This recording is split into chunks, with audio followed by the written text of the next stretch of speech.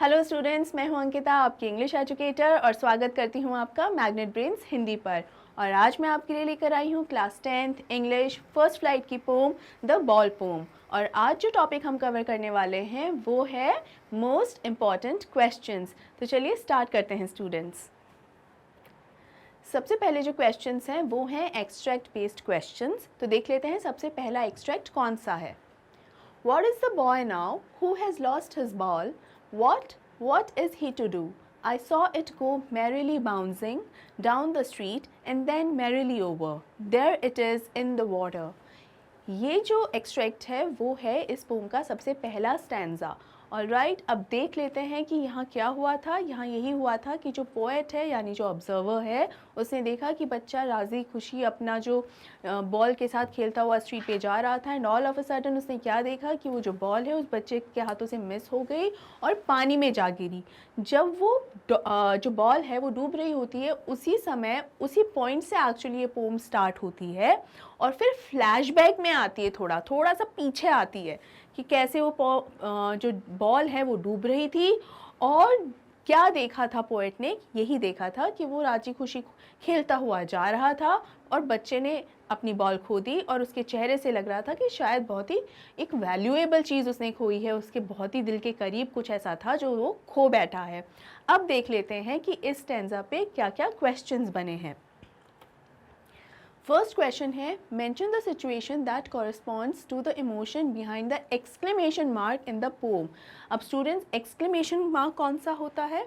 Exclamation mark है ये mark, यानी ये वाला मार्क। तो ये मार्क क्या होता है? देखिए, जब भी हम कुछ रीड कर रहे होते हैं, अब कोई व्यक्ति है जो बोल रहा है तो उसके तो बोलने के तरीके से आपको समझ में आ जाएगा कि ये खुशी खुशी बोल रहा है या गुस्से से बोल रहा है। एग्जैक्टली तो आपको उसके बोलने के तरीके से समझ में आ जाता है, उसका जो टोन है उससे समझ में आ जाता है कि खुश होकर बोल रहा है, दुखी होकर बोल रहा है या बहुत ही गुस्से से बोल रहा है।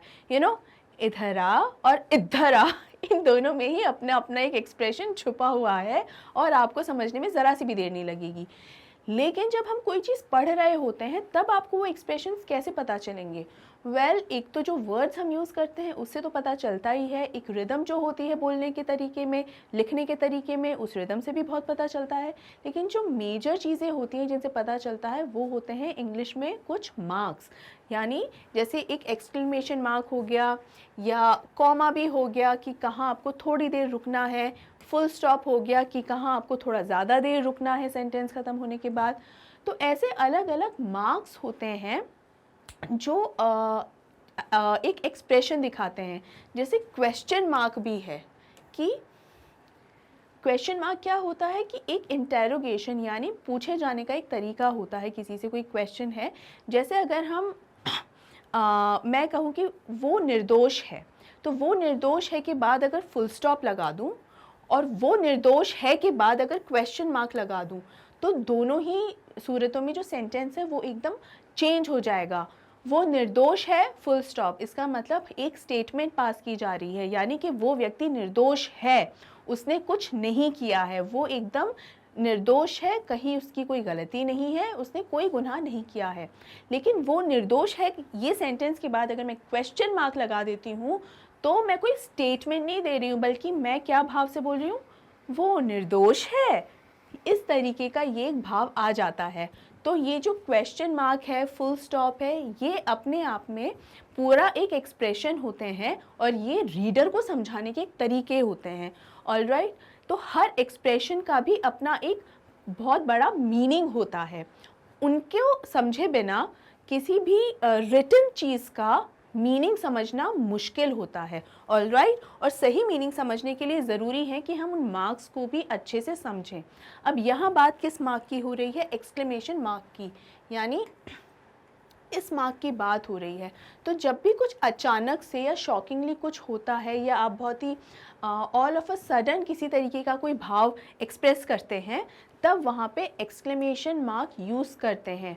फॉर एग्ज़ाम्पल, अगर हम बोलते हैं ओह गॉड, वाओ, तो जैसे ये है वाओ, उसके बाद एक्सक्लेमेशन यानी आप एक एक्सप्रेस कि बहुत ही बढ़िया, ऑलराइट, तो वाओ। और अगर हम कर रहे हैं ओहो, तो उसमें भी ओह, तो ये एक तरीके से ये भी एक एक्सक्लेमेशन मार्क ही हो गया कि एक कोई भी स्ट्रॉन्ग और सरप्राइज्ड रिएक्शन देना all of a sudden, oh my god, right. इस तरीके के जो भी एक्सप्रेशंस होते हैं, there is one more example, I would say hurray. तो whenever you are happy and you say hip hip hooray and all, तो जब आप इस तरह से हूट भी करते हैं तो वहाँ पे कौन से मार्क लगता है, एक्सक्लेमेशन मार्क। स्टूडेंट्स इसको समझना बहुत ही आसान है, बिल्कुल भी मुश्किल नहीं है। अब जब इस पोम में इस स्टैंजा के एकदम आखिर के अंदर जो एक्सक्लेमेशन मार्क लगा है उसका क्या मतलब है, merrily over there it is in the water, यानी एकदम पानी में बॉल चली ही गई है। तो यहाँ पर बेसिकली यही समझाया जा रहा है, उस चीज़ पर एक बहुत ज़्यादा एक प्रेशर और एक बहुत ज़्यादा स्ट्रेस दिया जा रहा है। कहीं ना कहीं ये जब हम स्टैंजा पढ़ते हैं तो इस स्टैंजा के एंड में ही जाके हमें पता चलता है, एक सस्पेंस खुलता है कि आखिर वो बॉल गई कहाँ, आखिर वो बच्चे के साथ हुआ ऐसा क्या हुआ। तो what does the boy do now who has lost his ball and everything is going and going and going and the last word tells you कि पानी में चली गई। उसके पहले आपको क्या कहीं पता चल रहा है कि वो पानी में चली गई? अगर आपको किसी ने पहले से ना बता रखा हो कि ये किसके बारे में पोम है और क्या है, तो आपको नहीं पता चलेगा कि हुआ क्या है। ऑलराइट, तो एक सस्पेंस के साथ ही ये जो पोम है वो स्टार्ट होती है और फर्स्ट स्टैंजा के लास्ट वर्ड पे आपको वो सस्पेंस ओपन होता है कि पानी में चली गई है। तो अगेन एक सरप्राइजिंग इफ़ेक्ट आपके सामने आता है और वही यहाँ बताने की कोशिश की जा रही है। इसका रिटन एक्सप्लेनेशन देख लेते हैं। I don't know where I have placed my ID card, let me check the bag once more. Finally, यानी मिल गया। यहाँ पे जो इसका ये जो रिटन एक्सप्लेनेशन यहाँ पर ये जो लिखा गया है, ये मैंने आपको बेसिकली एक एग्जाम्पल समझाया है कि किसी का अगर कोई ID कार्ड अगर खो जाए और जब वो उसे मिल जाता है तो उसे एक राहत भरी सांस आती है कि फाइनली मिल गया, राइट। तो ये भी एक अचानक से निकला हुआ एक एक्सप्रेशन है। तो यहाँ पर जो पोएट है उसके मुंह से भी ये एक इसी तरीके से निकला हुआ एक एक्सप्रेशन है कि हाँ वो पानी में चली गई है बॉल, इसलिए उसके बाद में एक्सक्लेमेशन मार्क आया है। आई होप स्टूडेंट्स ये आपको समझ में आ गया होगा। यहाँ मैं आपको बता दूँ कि यूजुअली इस तरीके के जो क्वेश्चंस हैं वो आपसे एग्ज़ाम्स में पूछे नहीं जाते। यहाँ पर ये इसीलिए क्वेश्चन दिया गया है ताकि आप ये समझ सकें कि स्पेशली एक पोम में, वैसे तो चाहे कुछ भी कहीं पर कुछ भी लिखा हुआ हो, उसमें जितने भी मार्क्स ये जो होते हैं जैसे फुल स्टॉप, कॉमा या कोलन, जितने भी इस तरीके के मार्क्स हैं वो जब भी आते हैं उनको पढ़ना बहुत ज़रूरी होता है। बट स्पेसिफ़िकली पोम्स में इनका जो मीनिंग होता है वो बहुत ज़्यादा मायने रखता है, क्योंकि अगर वो मीनिंग आपने गलत समझ लिया तो पूरी की पूरी पोम का जो अर्थ है, जो उसकी थीम है, मैसेज है, वो भी गलत होने के चांसेस होते हैं। तो आप एक्सक्लेमेशन को यहाँ पर अच्छे से समझ सको, इसलिए ये क्वेश्चन है। यूजुअली इस तरीके के क्वेश्चंस नहीं आते हैं एग्जाम्स में, बट इन केस आपके एग्जाम में अगर ऐसा क्वेश्चन आ गया, so now you know the answer. Alright, बढ़ते हैं अपने अगले क्वेश्चन की ओर। The poem begins with a question. Based on your reading of the poem, state what the speaker is doing. Well, ये मैंने आपको पहले भी बता दिया है कि ये जो पोम है वो एक क्वेश्चन के साथ शुरू होती है कि अब बच्चा क्या करेगा। तो कहीं ना कहीं एक सस्पेंस भी है और एक कन्फ्यूजन भी है कि ये किस बारे में बात हो रही है, किस बारे में ये क्वेश्चन पूछा जा रहा है। तो इसी के बारे में ये बात हो रही है कि भाई कौन सा क्वेश्चन है जिससे ये जो पोम है वो शुरू हुई है। तो आपको वो बताना है और आपको जो आपने पोम रीड करी है उसके अंदर, उसके अकॉर्डिंग आपको ये भी बताना है कि पोएट कर क्या रहा है। वेल, ये पोएट क्या है, एक ऑब्जर्वर। तो पोएट क्या कर रहा है, ऑब्जर्व कर रहा है यहाँ पर बच्चे को कि बच्चा अब क्या करेगा, अब कैसे रिएक्शन देगा। Isn't it? ये हो गया छोटा सा जस्ट। आगे बढ़ते हैं और देखते हैं इसका एक written explanation. Based on the poem, it can be said that the poet is thinking of his own. अपने आप से ही सोच रहा है। यहाँ पे क्या सोच रहा है, वो देख रहा है कि कैसे क्या बच्चा क्या काम कर रहा है। You know, first ये है the poem begins with a question. Yes, it does begin with a question, and based on the reading कि वो जो स्पीकर क्या कर रहा है, it can be said that the poet is thinking of his own. अपने आप से ही कुछ ना कुछ सोच रहा है। तो यानी basically thinking of his own की जगह हम ऑब्जर्व लिख सकते हैं, हम ऑब्ज़र्व जो है वो लिख सकते हैं। ऑब्ज़र्व लिखने क्यों लिख सकते हैं? बिकॉज ही वॉज ऑब्ज़र्विंग, तो the poet is observing. Basically यहाँ हम लिख सकते हैं the poet is observing the boy. The poet is observing the boy. ठीक है, यहाँ थिंकिंग ऑफ हिज ओन की जगह आप ये भी लिख सकते हैं। स्टूडेंट्स, दोनों में से जो भी लिखेंगे it is absolutely correct. It completely depends on you which one you choose to write. All right, दोनों ही बिल्कुल सही हैं। आई होप ये आपको समझ में आया होगा। बढ़ते हैं अपने अगले क्वेश्चन की ओर। The extract suggest that the poet is, ये एक fill in the blank question है और आपको ऑप्शंस दिए गए हैं ब्लैंक में भरने के लिए। ए है an onlooker observing, B a parent recounting the incident, C the boy talking about himself, D imagining the incident. यानी एक्सट्रैक्ट क्या सजेस्ट कर रहा है कि पोएट कौन है? क्या एक ऑनलुकर है जो ऑब्ज़र्व कर रहा है? ऑनलुकर का मतलब बेसिकली होता है कि जैसे कोई ऑब्ज़र्व कर रहा हो, कोई जाता हुआ व्यक्ति एकदम देख रहा हो कि वहाँ क्या चल रहा है, that is known as onlooker. ठीक है, कई बार होता है ना कि सड़क पे अगर थोड़ा बहुत कुछ झगड़ा हो गया तो आते जाते लोग एकदम ऐसे ऐसे ऊपर ट्राई करते हैं देखने का कि हुआ क्या है, तो दोज पीपल आर ऑनलुकर्स, जो ऐसे ताकते हैं, उन्हें ऑनलुकर्स कहा जाता है। तो एक व्यक्ति, क्या ऐसा पोएट कौन है? क्या ऐसा कोई व्यक्ति जो ऑब्जर्व कर रहा है, ताक रहा है कि क्या हो रहा है?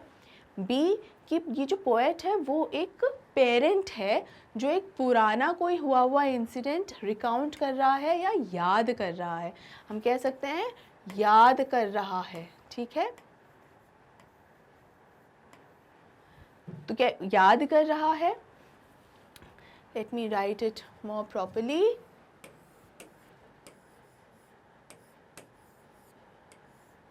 याद कर रहा है।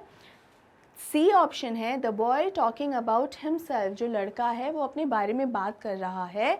और लास्ट ऑप्शन है इमेजिनिंग द इंसिडेंट, कि जो पोएट है वो अपना कोई इंसिडेंट याद कर रहा है। Well, the correct answer would be option A. ये एक ऑनलुकर है, एक ऑब्जर्वर है। पोएट कौन है? एक ऑब्जर्वर है जो देख रहा है बच्चे को कि बच्चे के साथ क्या हो रहा है, बच्चा क्या फील कर रहा है, और जो भी हाव भाव है बच्चे के, उन सबको ध्यान से वो देख रहा है और गौर कर रहा है। अगला क्वेश्चन है, What does the poet seem to have indicated the merry bouncing of the ball to? Now ये जो merry bouncing of the ball to है स्टूडेंट्स, ये मैंने आपको एक्सप्लेनेशन के दौरान तो समझाया ही है। पोएटिक डिवाइसेस एक्सप्लेन करते टाइम भी मैंने आपको बहुत अच्छे से इसे एक्सप्लेन किया था कि बेसिकली इसका मतलब क्या है। बेसिकली इसका मतलब ये है कि जो बॉल है वो बहुत ही ज़्यादा एनर्जेटिक सी लग रही है, मतलब इतना स्पीड में गई है पानी की तरफ, ऐसा लग रहा है बहुत ही हंसते हुए और खिलखिलाते हुए वो वहाँ चली गई है।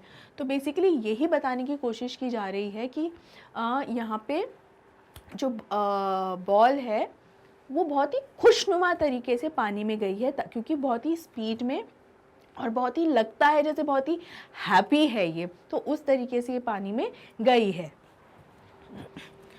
और देख लेते हैं इसका written explanation.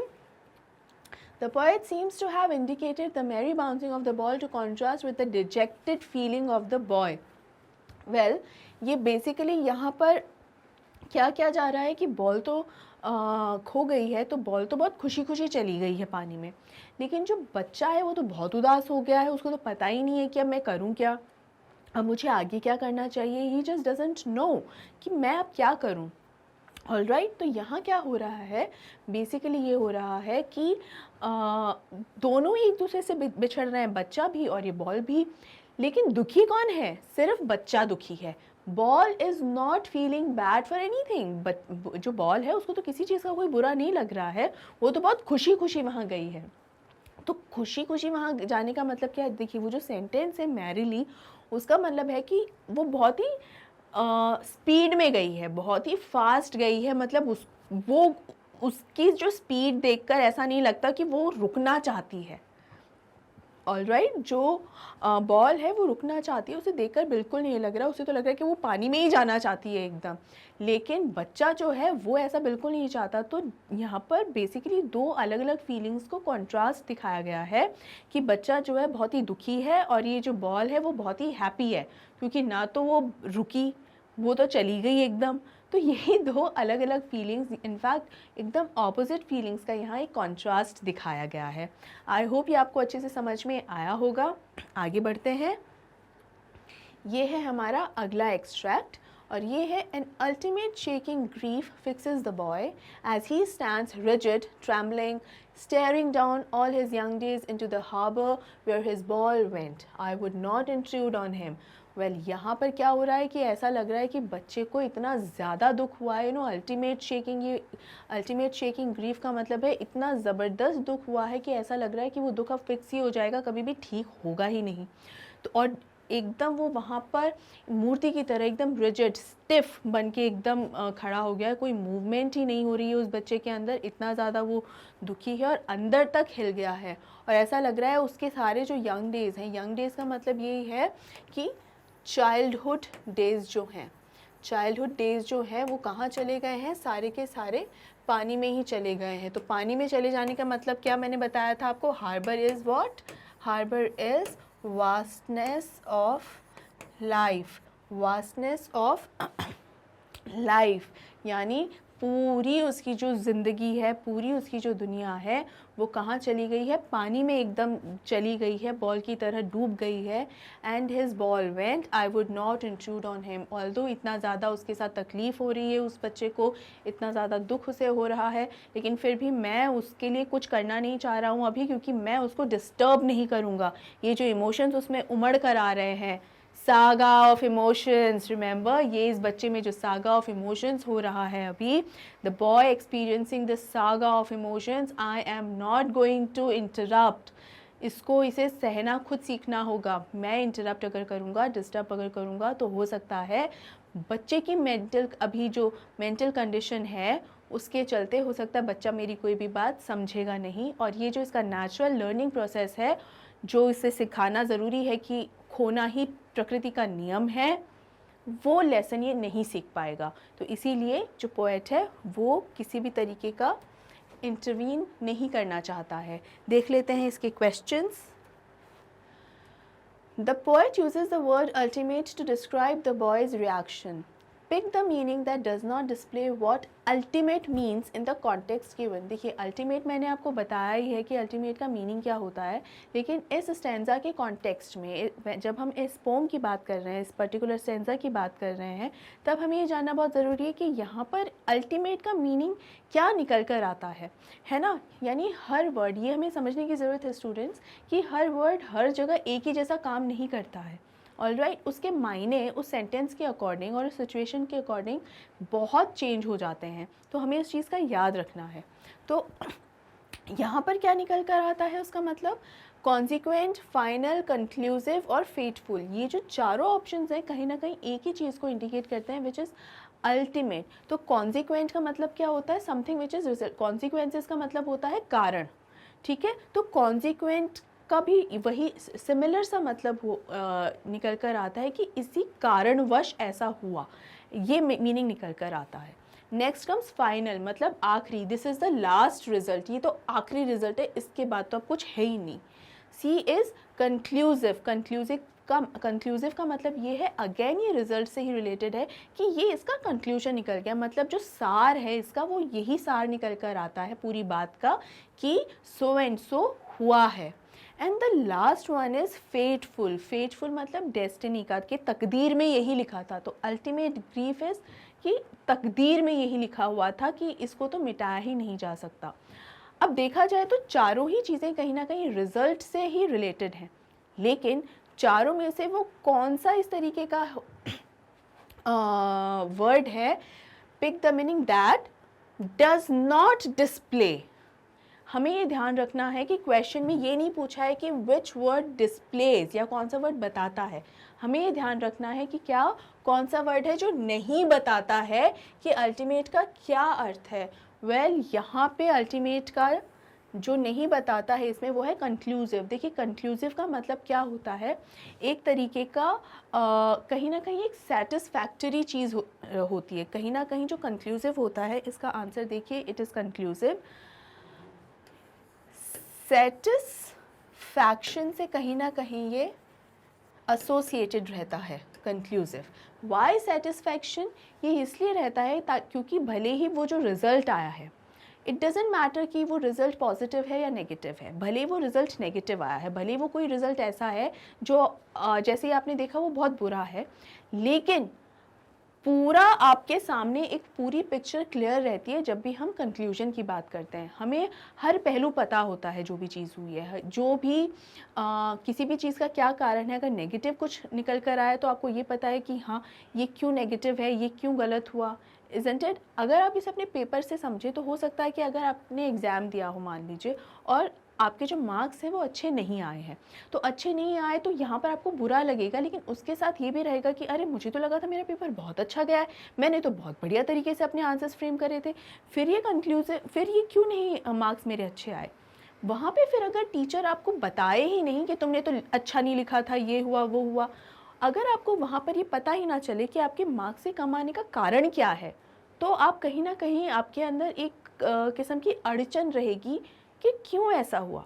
But when someone explains you, if the teacher explains you the reason कि आपने इस आंसर को इस तरीके से फ्रेम नहीं किया था, आपको इस आंसर में ये लिखना चाहिए था ताकि इसको अप्रोप्रिएटनेस बढ़ जाए, एट्सेट्रा एट्सेट्रा, इस तरीके के रीज़न्स जब आपको मिल जाएंगे जो सेटिस्फैक्टरी भी होंगे और आपको समझ में भी पड़ेंगे कि अच्छा ये नहीं किया था मैंने या ऐसे कर दिया था मैंने, इस वजह से वो मार्क्स कम हुए, तो ऑल्दो आप शायद इस चीज़ से अपसेट तो रहेंगे कि अरे मेरे मार्क्स कम आए, लेकिन आप सेटिस्फाइड रहेंगे क्योंकि अब आपको पता है कि जो हुआ वो हुआ क्यों, ऐसा रीज़न उसका क्या था। और कंक्लूसिव जो होता है वही बताता है कि स्टोरी चाहे कितनी भी अच्छी बुरी या कितनी भी सुख या दुख देने वाली हो, लेकिन हर पहलू के बारे में आप अवगत हैं, अवेयर हैं, पता है आपको, और ऐसा कुछ भी यहाँ नहीं हुआ है। ठीक है, बच्चे को एक कंक्लूजन नहीं मिला है, बच्चे को साथ ये हुआ है कि ऐसा क्यों हुआ मेरे साथ, why is it so, although this is final but why. इन तीनों ही ऑप्शंस में ए बी एंड डी, इन ऑप्शन में एक क्वेश्चन मार्क रह जाता है और वो क्वेश्चन मार्क है वाई का, कि अगर ऐसा हुआ तो क्यों हुआ। और बच्चे के साथ यही हो रहा है कि उसे इस क्यों का जवाब नहीं मिल रहा है, लेकिन ये जो सी ऑप्शन है उसका मतलब है कि बच्चे को शायद जवाब मिल गया हो, तो ऐसा हुआ था, जी नहीं, नहीं हुआ था। और इसीलिए इसका जो सही आंसर है वो है ऑप्शन सी, कंक्लूसिव। स्टूडेंट्स, ये सब मैं आपको डिटेल में इतना इसलिए बता रही हूँ कि सिर्फ एक ऑप्शन बता देना is not sufficient, you need to understand the meaning so that you can attempt other questions which have been framed similar to such questions. इसी तरीके के और क्वेश्चंस भी जब आएंगे तो आपके लिए उनको अटेम्प्ट करना आसान और भी ज़्यादा आसान हो जाएगा, ऑल राइट, क्योंकि ये आसान होते हैं, क्वेश्चंस तो आसान होते हैं, लेकिन जो ये जो ऑप्शंस हैं वो इतने ज़्यादा सिमिलर होते हैं कि सही सेलेक्ट करना बहुत ही मुश्किल हो जाता है। दूसरा जो मैं हर बार बोलती हूँ, हमें हमारी वोकैबुलरी भी तो इम्प्रूव करनी है, साथ साथ हम वो भी करते हुए चलेंगे, इसलिए इसे अच्छे से समझें। ऑल राइट, चलिए बढ़ते हैं अगले क्वेश्चन की ओर। The boy is very young in this poem. As a mature, balanced grown-up, he might look back and think that his reaction of ultimate shaking grief was, well, यहाँ basically ये है कि अभी तो बच्चे की जब ये गेंद खोई है वो बहुत ही छोटा है, वो बच्चा ही है अभी, लेकिन भविष्य में चल के जब वो बड़ा हो जाएगा तब वो वापस अपने इस इंसिडेंट को याद रहेगा। मान लो अगर वो 20-25 साल का हो जाता है और अभी मान लीजिए वो 10 साल का है, तो वो ये 10-15 साल पुरानी बात जब याद करेगा तो वो तब क्या सोचेगा, तब क्या वो उस समय जो उसके अंदर एक मैच्योर पर्सन हो जाने के बाद जो उसके अंदर फीलिंग्स आएंगी, तो वो क्या सोचेगा इस 10 साल के बच्चे के लिए कि जब मैं 10 साल का था मेरे से वो गेंद खो गई थी, तो क्या वो उसको पॉजिटिवली लेगा, नेगेटिवली लेगा कि बॉल के खो जाने पे कोई क्या इतना दुखी हो सकता है। वेल, देखते हैं हमारे ऑप्शंस क्या क्या हैं। First is disproportionate to the loss. इसका मतलब है कि लॉस जो करा, जो नुकसान जो हुआ है उसे लेकर डिसप्रपोर्शनेट होना। देखिए प्रपोर्शनेट का मतलब होता है समथिंग बैलेंस्ड, ठीक है ना, सही रेशियो में चीज़ों का होना, ठीक है। डिसप्रपोर्शनेट का मतलब होता है उस बैलेंस को खोना। तो उस लॉस की वजह से कहीं ना कहीं वो क्या बैलेंस खोएगा, कहीं ना कहीं वो थोड़ा सा इम्बैलेंस हो जाएगा कि ऐसा हो गया था, अरे क्यों ऐसा हो गया, क्यों ऐसा नहीं होना चाहिए था, something like that. Then comes pretension to procure a new toy. Pretension का मतलब होता है प्रिटेंड करना, यानी सिर्फ जताना या दिखाना, यू नो, शो करना सिर्फ कि हाँ ऐसा, भले आप कितने भी दुखी हो लेकिन बस ऐसा झूठ मूठ का दिखाना कि नहीं मैं तो बहुत ही हैप्पी हूँ अपनी लाइफ में, तो उसे कहते हैं प्रिटेंड करना। Pretension to procure a new toy, नए खिलौने को लेकर आ जाना, मतलब प्रोक्योर का मतलब यहाँ हुआ कि कोई भी चीज़ को सुधार लेना बेसिकली। तो यहाँ पर इसका अर्थ ये निकल कर आता है कि हाँ नया खिलौना मैं तो लेकर आ जाऊँगा, मुझे तो कोई फ़र्क नहीं पड़ रहा है, no issues at all. Third option is according to his exposure and experience then, मतलब उस समय उस बच्चे का, ये जो अब मच्योर हो चुका है, उस समय उसका किस तरीके के एक्सपीरियंसेस हुए हैं लाइफ में, किस तरीके से उसका ट्रीटमेंट हुआ है और किस तरीके के उसका अनुभव रहा है बाकी चीज़ों के साथ, और फिर उसका क्या नज़रिया बना है, क्या उसका ओपिनियन बना है। ये सारी चीज़ें मैटर करेंगी ये समझने में कि जब मैं 10 साल का था और जब मेरे से वो गेंद खो गई थी, तो मैं तब जो उसको इतना ज़्यादा बुरा लगा था, क्या उसे उतना बुरा लगना चाहिए था या नहीं। वो जो ये जो जर्नी इस बच्चे की रही है ना, उस जर्नी पर डिपेंड करेगा कि वो जर्नी किस तरीके की रही है और उसने क्या क्या इस दौरान अनुभव किया है। चलिए आगे बढ़ते हैं। A reaction to the failure of retrieving the toy, यानी उसको ये समझ में आएगा कि ये जो रिएक्शन जो उसने दिया था ना कि इसको वापस रिट्रीव नहीं किया जा सकता। रिमेंबर रिट्रीव का मतलब मैंने आपको बताया है पुनः पाना, यानी फिर से कोई चीज़ पाना, तो पुनः पाने वाली चीज़ तो पॉसिबल नहीं है ना, फेल हो गया है बच्चा उसमें। तो क्या उसका ये रिएक्शन आएगा कि अरे मैं देखो वो चीज़ मेरे से खो गई थी, मतलब वो गुस्से में आएगा और एक इरिटेशन उसमें होगी और कहीं ना कहीं ईगो पे ले लेगा इस बात पे कि ओफो देखो मुझसे वो चीज़ खो गई थी और ये मेरा फेलियर था कि मैं उसको पुनः प्राप्त नहीं कर सका। लास्ट ऑप्शन है हमारा justified the similar to what it would be currently, मतलब उस करंट सिचुएशन में, यानी जब वो अब ग्रोन अप लड़का हो चुका है, अब मैच्योर हो चुका है, उस परिस्थिति में वो देखेगा कि अभी अगर ऐसा होता तो क्या होता, तब वो किस तरीके से, और उस तरीके से कहीं ना कहीं कंपेयर करके जस्टिफाई करेगा। Well you have these 5 options and you have to select any of them, मतलब यहाँ पे आपको कॉम्बिनेशंस में दिए गए हैं, तो आपके अकॉर्डिंग कौन सा वाला कॉम्बो सही होगा। Well students, the correct combo would be third and the I'm so sorry, third and option number 5th, yes, option D 3 and 5, yes 3 and 5। तो as a mature and balanced grown up person उसको क्या, उसका जो एक reaction बनेगा वो किस तरीके से बनेगा। सबसे पहले तो थर्ड ऑप्शन, उसकी जो लाइफ की जर्नी रही है ना, उससे उसने क्या सीखा है, उसकी थिंकिंग कैसी डेवलप हुई है, एक तो इस चीज़ पे डिपेंड करेगा। And the last option justified the similar to what it would be currently, कि अगर वैसा ही कुछ उसके साथ अभी हुआ होता तब भी तो उसको उतना ही बुरा लगता शायद कि अभी मेरी कोई क्लोज चीज़ खो गई और क्या, तो शायद कंपेयर करने की कोशिश करता, क्या उसे उतना ही बुरा लगेगा, कम बुरा लगेगा, जो उसने किया वो ठीक था, चाइल्डिश किडिश था या सही था, जो भी था। तो यही दोनों ऑप्शंस होंगे जो सही होंगे। All right, I hope students आपको ये भी समझ में अच्छे से आ गया होगा। ओके, बढ़ते हैं अपने अगले क्वेश्चन की ओर। Why does the speaker choose not to intrude? This is so because the poet, well, इस टाइम पर देखिए यहाँ पर ही हमको अपने लाइफ का एक लेसन भी मिलता है। बेसिकली पूछा जा रहा है कि स्पीकर ने क्यों डिसाइड किया कि उसे इस बच्चे को इस वक्त डिस्टर्ब नहीं करना चाहिए, किसी भी तरीके का इंट्रूशन नहीं होना चाहिए। इंट्रूड का मतलब क्या होता है, इंटरप्ट करना या डिस्टर्ब करना या दखल अंदाजी करना। ऑलराइट, तो पोएट ने ये क्यों डिसाइड किया था। Well we have our options here. Option A is knows that because the poet knows that it would embarrass the boy in his moment of grief. Embarrass का मतलब होता है शर्मिंदा, शर्मिंदा। तो शर्मिंदा बच्चा बहुत ही ज़्यादा अभी दुखी है, बहुत ज़्यादा परेशान है, और उस टाइम पे अगर उसे किसी ने भी आके डिस्टर्ब किया तो हो सकता है उसे बहुत एम्बैरसमेंट हो, उसे बहुत शर्मिंदगी हो कि देखो एक छोटी सी गेंद के खो जाने पे मैं कितना ज़्यादा दुखी हूँ। तो वो नहीं चाहता कि उसे इस मोमेंट में कोई भी और देखे। यही सोचकर पोएट उस बच्चे के पास नहीं जाता है। Option B is feels that it's important that the boy learn an important life lesson undisturbed।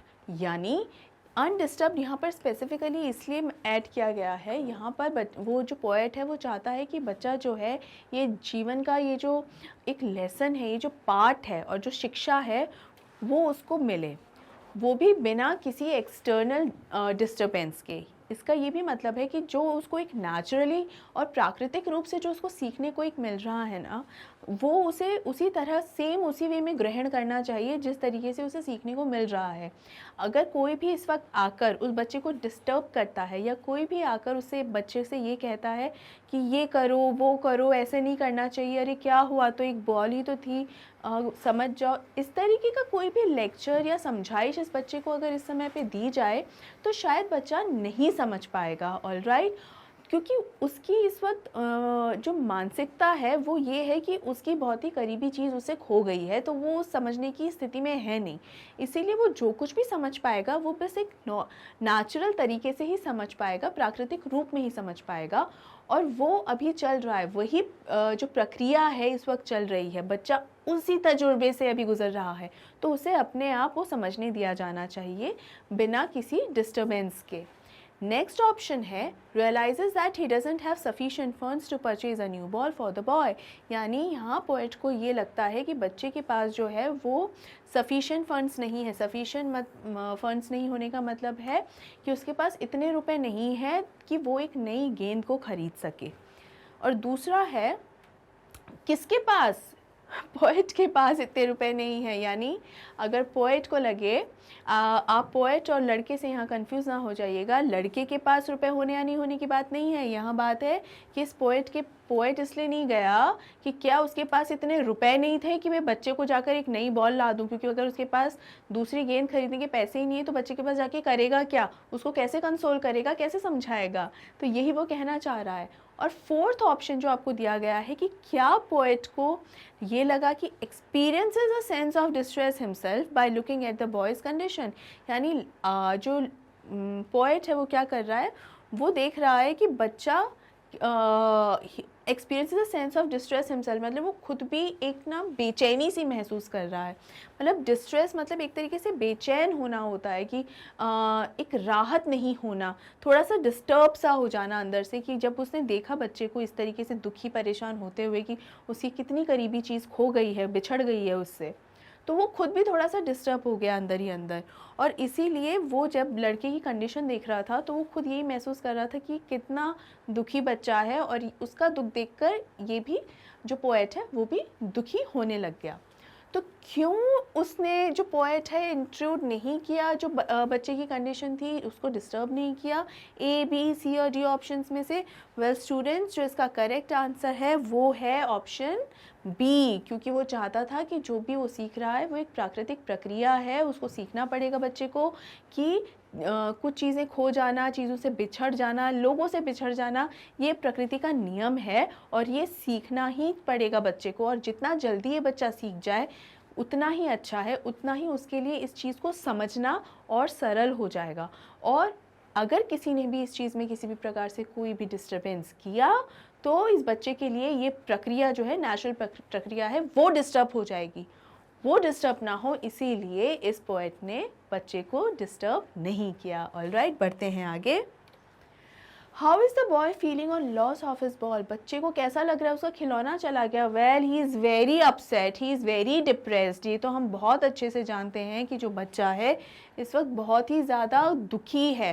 और trembling and steering down at his ball का मतलब ये है, ये वो फ्रेज़ है बेसिकली जो आप वहाँ से जो स्टेंजा है पोम में वहाँ से उठा सकते हैं, that the boy was trembling and shaken and the grief as if it was the grief was fixed. तो यही सारे पॉइंट्स हैं जो आप इसमें लिख सकते हैं। इस आंसर को एक्सटेंड भी कर सकते हैं, आगे बढ़ा भी सकते हैं, डिपेंडिंग ऑन द मार्क्स, कितने मार्क्स का है ये क्वेश्चन, डिपेंडिंग ऑन दैट आप इस आंसर को और छोटा या और बड़ा कर सकते हैं। ऑलराइट, आगे बढ़ते हैं। Why did the poet not interrupt the boy? क्यों इंटरप्ट नहीं किया लड़के को पोएट ने? वेल, ये जो क्वेश्चन है it's similar to the previous question only, लेकिन यहाँ डिफरेंस सिर्फ इतना है कि वहाँ वो कुछ ऑप्शंस दिए गए हैं, तो आपके लिए थोड़ा सा आसान हो जाता है समझ पाना कि आपको इन 4 ऑप्शंस में से कौन सा सेलेक्ट करना है। ऑलराइट, लेकिन यहाँ आपको सेलेक्ट नहीं करना, बल्कि अपने अकॉर्डिंग अपनी तरफ से लिखना है कि क्या वजह है। वेल, वजह यही है कि वो ये चाहते थे कि बच्चा अपने आप से सीखे कि जो नेचुरल लर्निंग प्रोसेस होती है लॉस को समझने की, वो बच्चा अपने आप से सीखे और ना ही किसी एक्सटर्नल कोई हेल्प या एक्सटर्नल सपोर्ट से, क्योंकि हो सकता है एक्सटर्नल सपोर्ट आया तो बच्चा उतनी अच्छे से नहीं सीख पाएगा जितना अच्छे से उसे सीखना चाहिए। Here is the written explanation. The poet didn't interrupt the boy so that he could learn to cope with the loss. cope का मतलब होता है, एक तो यहाँ पर the poet did not to cope with the loss. cope का मतलब होता है कि उससे जो भी लॉस हुआ है, जो भी नुकसान हुआ है, उसे सहना और उससे डील करना आना, यानी उससे किस तरीके से उसे झेलना है, उसको संभालना है उस सिचुएशन को, वो उसे अपने आप से करना आए, बच्चे को अपने आप से वो ये सीखे। इसीलिए पोएट ने जो है बच्चे को डिस्टर्ब नहीं किया। आगे बढ़ते हैं। ये है हमारा अगला एक्सट्रैक्ट, ये है Now he senses first responsibility in a world of possessions. People will take balls will be lost always, little boy, and no one buys a ball back. Money is external. यहाँ पर यही बात हो रही है, ये शायद लास्ट स्टेंजा है। यहाँ पर बच्चे ये बात हो रही है कि बच्चे को वो बॉल के खो जाने पर पहले तो दुखी हुआ, बहुत ज़्यादा अपसेट हुआ, डिप्रेस हुआ, और उसके बाद उसको उसका पहला जिम्मेदारी का एहसास हुआ और ये समझ में आया कि जो बॉल्स होती हैं दुनिया में वो खोती ही हैं, और लोगों क्योंकि this is the world of possessions, इसलिए लोग जो हैं वो ज़्यादा इमोशंस पर ध्यान नहीं देते हैं, उनका ध्यान सिर्फ ये रहता है कि अच्छा ये चीज़ खो गई तो इसकी जगह दूसरी लेकर आ जाओ। यानी अगर एक बॉल खो गई है तो कोई बात नहीं, बाज़ार से जाके दूसरी बॉल ख़रीदी जा सकती है। So they are not the emotional fools, but this world is full of possessions. People ऐसे लोग हैं जहाँ जो पोजेशंस में, मटेरियलिस्टिक चीज़ों में बिलीव करते हैं। That is why money is external, यानी मटेरियलिस्टिक चीज़ें जो हैं, जो पैसे से ख़रीदी जा सकती हैं, उसी के हिसाब से लोग यहाँ पर क्या करते हैं, जीते हैं। तो देखते हैं इस स्टैंजा पे क्या क्या क्वेश्चंस बन रहे हैं। जो सबसे पहला क्वेश्चन है वो है, what does the poet mean bye money is external. This is one of the most important question students, exam में काफ़ी आता है। ऑलराइट, तो इसको अच्छे से देख लें। Money is external, world of possessions, ये वाले जो क्वेश्चंस हैं एग्ज़ाम्स में अक्सर आते हैं और ये इम्पॉर्टेंट भी हैं, तो आप ज़रूर इन्हें अच्छे से पढ़िए। ऑलराइट, देख लेते हैं इसका रिटन एक्सप्लेनेशन क्या है। इसका रिटन एक्सप्लेनेशन है कि money meant to be spent, मतलब मनी तो खर्च करने के लिए ही होता है, but it can not buy emotions and feelings. हम ये पहले से भी जान चुके हैं, मैंने कई बार आपको एक्सप्लेन किया है कि जो मनी होता है वो सिर्फ मटीरियलिस्टिक चीज़ें ही खरीद कर दे सकता है, यानी सामान, चीज़ें, सुख सुविधाएँ, फैसिलिटीज़ ही, ये सब ही आपको खरीद कर दे सकता है। But money can not buy you emotions, यानी वो सारे भाव, वो सारे एहसास जो आपके अंदर रहते हैं, भीतर रहते हैं, जो आपके मन को एक संतुष्टि देते हैं, वो सारे भाव, वो सारी संतुष्टियाँ आपको पैसा खरीद कर नहीं दे सकता है। और यही सारी चीज़ें, यही सारी बातें हैं जो मनी इज़ एक्सटर्नल के साथ जुड़ी हुई हैं। आई होप ये आपको समझ में आ गया होगा स्टूडेंट्स। कहीं पर कैसा भी अगर आपको कोई भी प्रकार का डाउट है, students do not forget to mention it in the comment box. बिल्कुल लिखिए और बताइए कि आपको कहीं अगर कुछ समझ में नहीं आया है तो, और अगर समझ में सब कुछ आ रहा है और आप कहीं ना कहीं जानते भी हैं कि किस क्वेश्चन का आंसर क्या हो सकता है, सो वेरी वेल डन। ये बिल्कुल आंसर्स समझते जाइए, लिखते जाइए और अपने अकॉर्डिंग इसको और भी ज़्यादा एक्सप्लेन करने की कोशिश भी कीजिए। आगे बढ़ते हैं।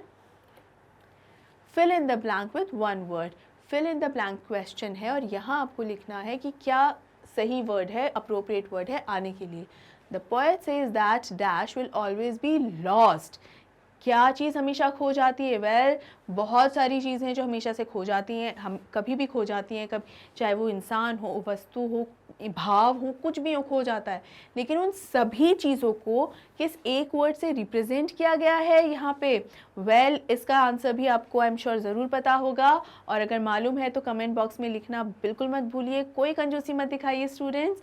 जो एक वर्ड है, जो एक चीज़ है जिससे इन सभी चीज़ों को, जो खो जाने वाली सभी चीज़ें हैं, उनसे रिप्रेजेंट किया गया है, वो वर्ड और कुछ नहीं है, वो वर्ड है बॉल्स। यानी बॉल्स जो होती हैं वो हमेशा खोती ही हैं। ऑलराइट, बढ़ते हैं अपने अगले क्वेश्चन की ओर, एंड आई एम श्योर आपने इसका आंसर करेक्ट दिया होगा। Well, comment on the poet's use of the phrase "No one buys a ball back" in these lines. Well, आपको ये बताना है कि ये जो phrase है "No one buys a ball back in these lines", इसका ये मतलब है बेसिकली कि बॉल्स खो जाती हैं, वो सेम बॉल तो कभी आ नहीं सकती है, लेकिन इंसान दूसरी बॉल खरीदने में कहीं कोई कंजूसी नहीं दिखाता है। अगर उसे ज़रूरत है तो वो ज़रूर खरीदेगा। इसका रिटन एक्सप्लेनेशन कुछ इस तरीके से होगा that the given phrase means that no one can buy something that is lost forever. जो खो चुका है वो तो वापस कभी नहीं आ सकता, whatever you do doesn't matter, but no one can buy the boy that ball which he had lost. जो गेंद जो बच्चे ने खो दी है वो दोबारा गेंद कभी नहीं आ सकती, क्योंकि वो सिर्फ गेंद नहीं खोई है, उसके मेमोरीज, चाइल्डहुड डेज, जो भी एक्सपीरियंसेस हैं उस बॉल के साथ, वो सब खो गए हैं। तो कोई भी उसको वो सारे इमोशंस खरीद कर नहीं दे सकता। Money is an external thing. It is a medium of possessing things, but even money cannot compensate for the sense of loss suffered by a person. मतलब भले ही पैसा एक बाहरी चीज़ है और बहुत सारी चीज़ें आपको खरीद कर दे सकता है, बहुत सारे सुख साधन आपके लिए ला सकता है, लेकिन वो जो सेंस ऑफ लॉस है, एक जो फीलिंग है उसकी, वो पैसा भी नहीं ला सकता, चाहे दुनिया का सारा पैसा ही क्यों ना हम इकट्ठा करके खर्च करने को तैयार हो जाएं, लेकिन वो वापस नहीं आ सकता। आगे बढ़ते हैं। What does the boy understand? बच्चे को क्या समझ में आता है यहाँ पर? Well, बच्चे को यहाँ पर जो इसका जो पहला फ्रेज़ है ना स्टूडेंट्स, वो अकेला फ्रेज़ आप लिखोगे वो अपने आप में एक कंप्लीट आंसर है। Now he senses first responsibility. ये जो इसकी फ़र्स्ट टू लाइन्स, ये फर्स्ट टू फ्रेजेस हैं ना इस टेंजा के, वो अपने आप में कंप्लीट आंसर है कि इस बच्चे को अपनी पहली जिम्मेदारी का एहसास होता है। रिमेंबर, उसको पहली बार ये समझ में आता है कि now he is a grown up person. अब वो उम्र में बड़ा भी हो रहा है, उसे अब समझना है और उसे ये समझना होगा कि खो देना, चीज़ें खो देना या उनसे दूर हो जाना, उन चीज़ों से बिछड़ना ही नियम है, प्रकृति का नियम है, उसे ये चीज़ समझनी ही होगी। तो आप इसके साथ वो फ्रेज़ भी लिख सकते हैं। This will again make your answer much more appropriate and good. I hope आपको ये समझ में अच्छे से आ गया होगा, और अगर आपको ये सभी आंसर्स अच्छे से समझ में आते जा रहे हैं, so well done students. Alright, चलिए अब आगे बढ़ते हैं। Here comes our next stanza. Money is external, he is learning, well behind his desperate eyes, this epistemology of loss, how to stand up, knowing what every man must one day know, and most know many days, how to stand up.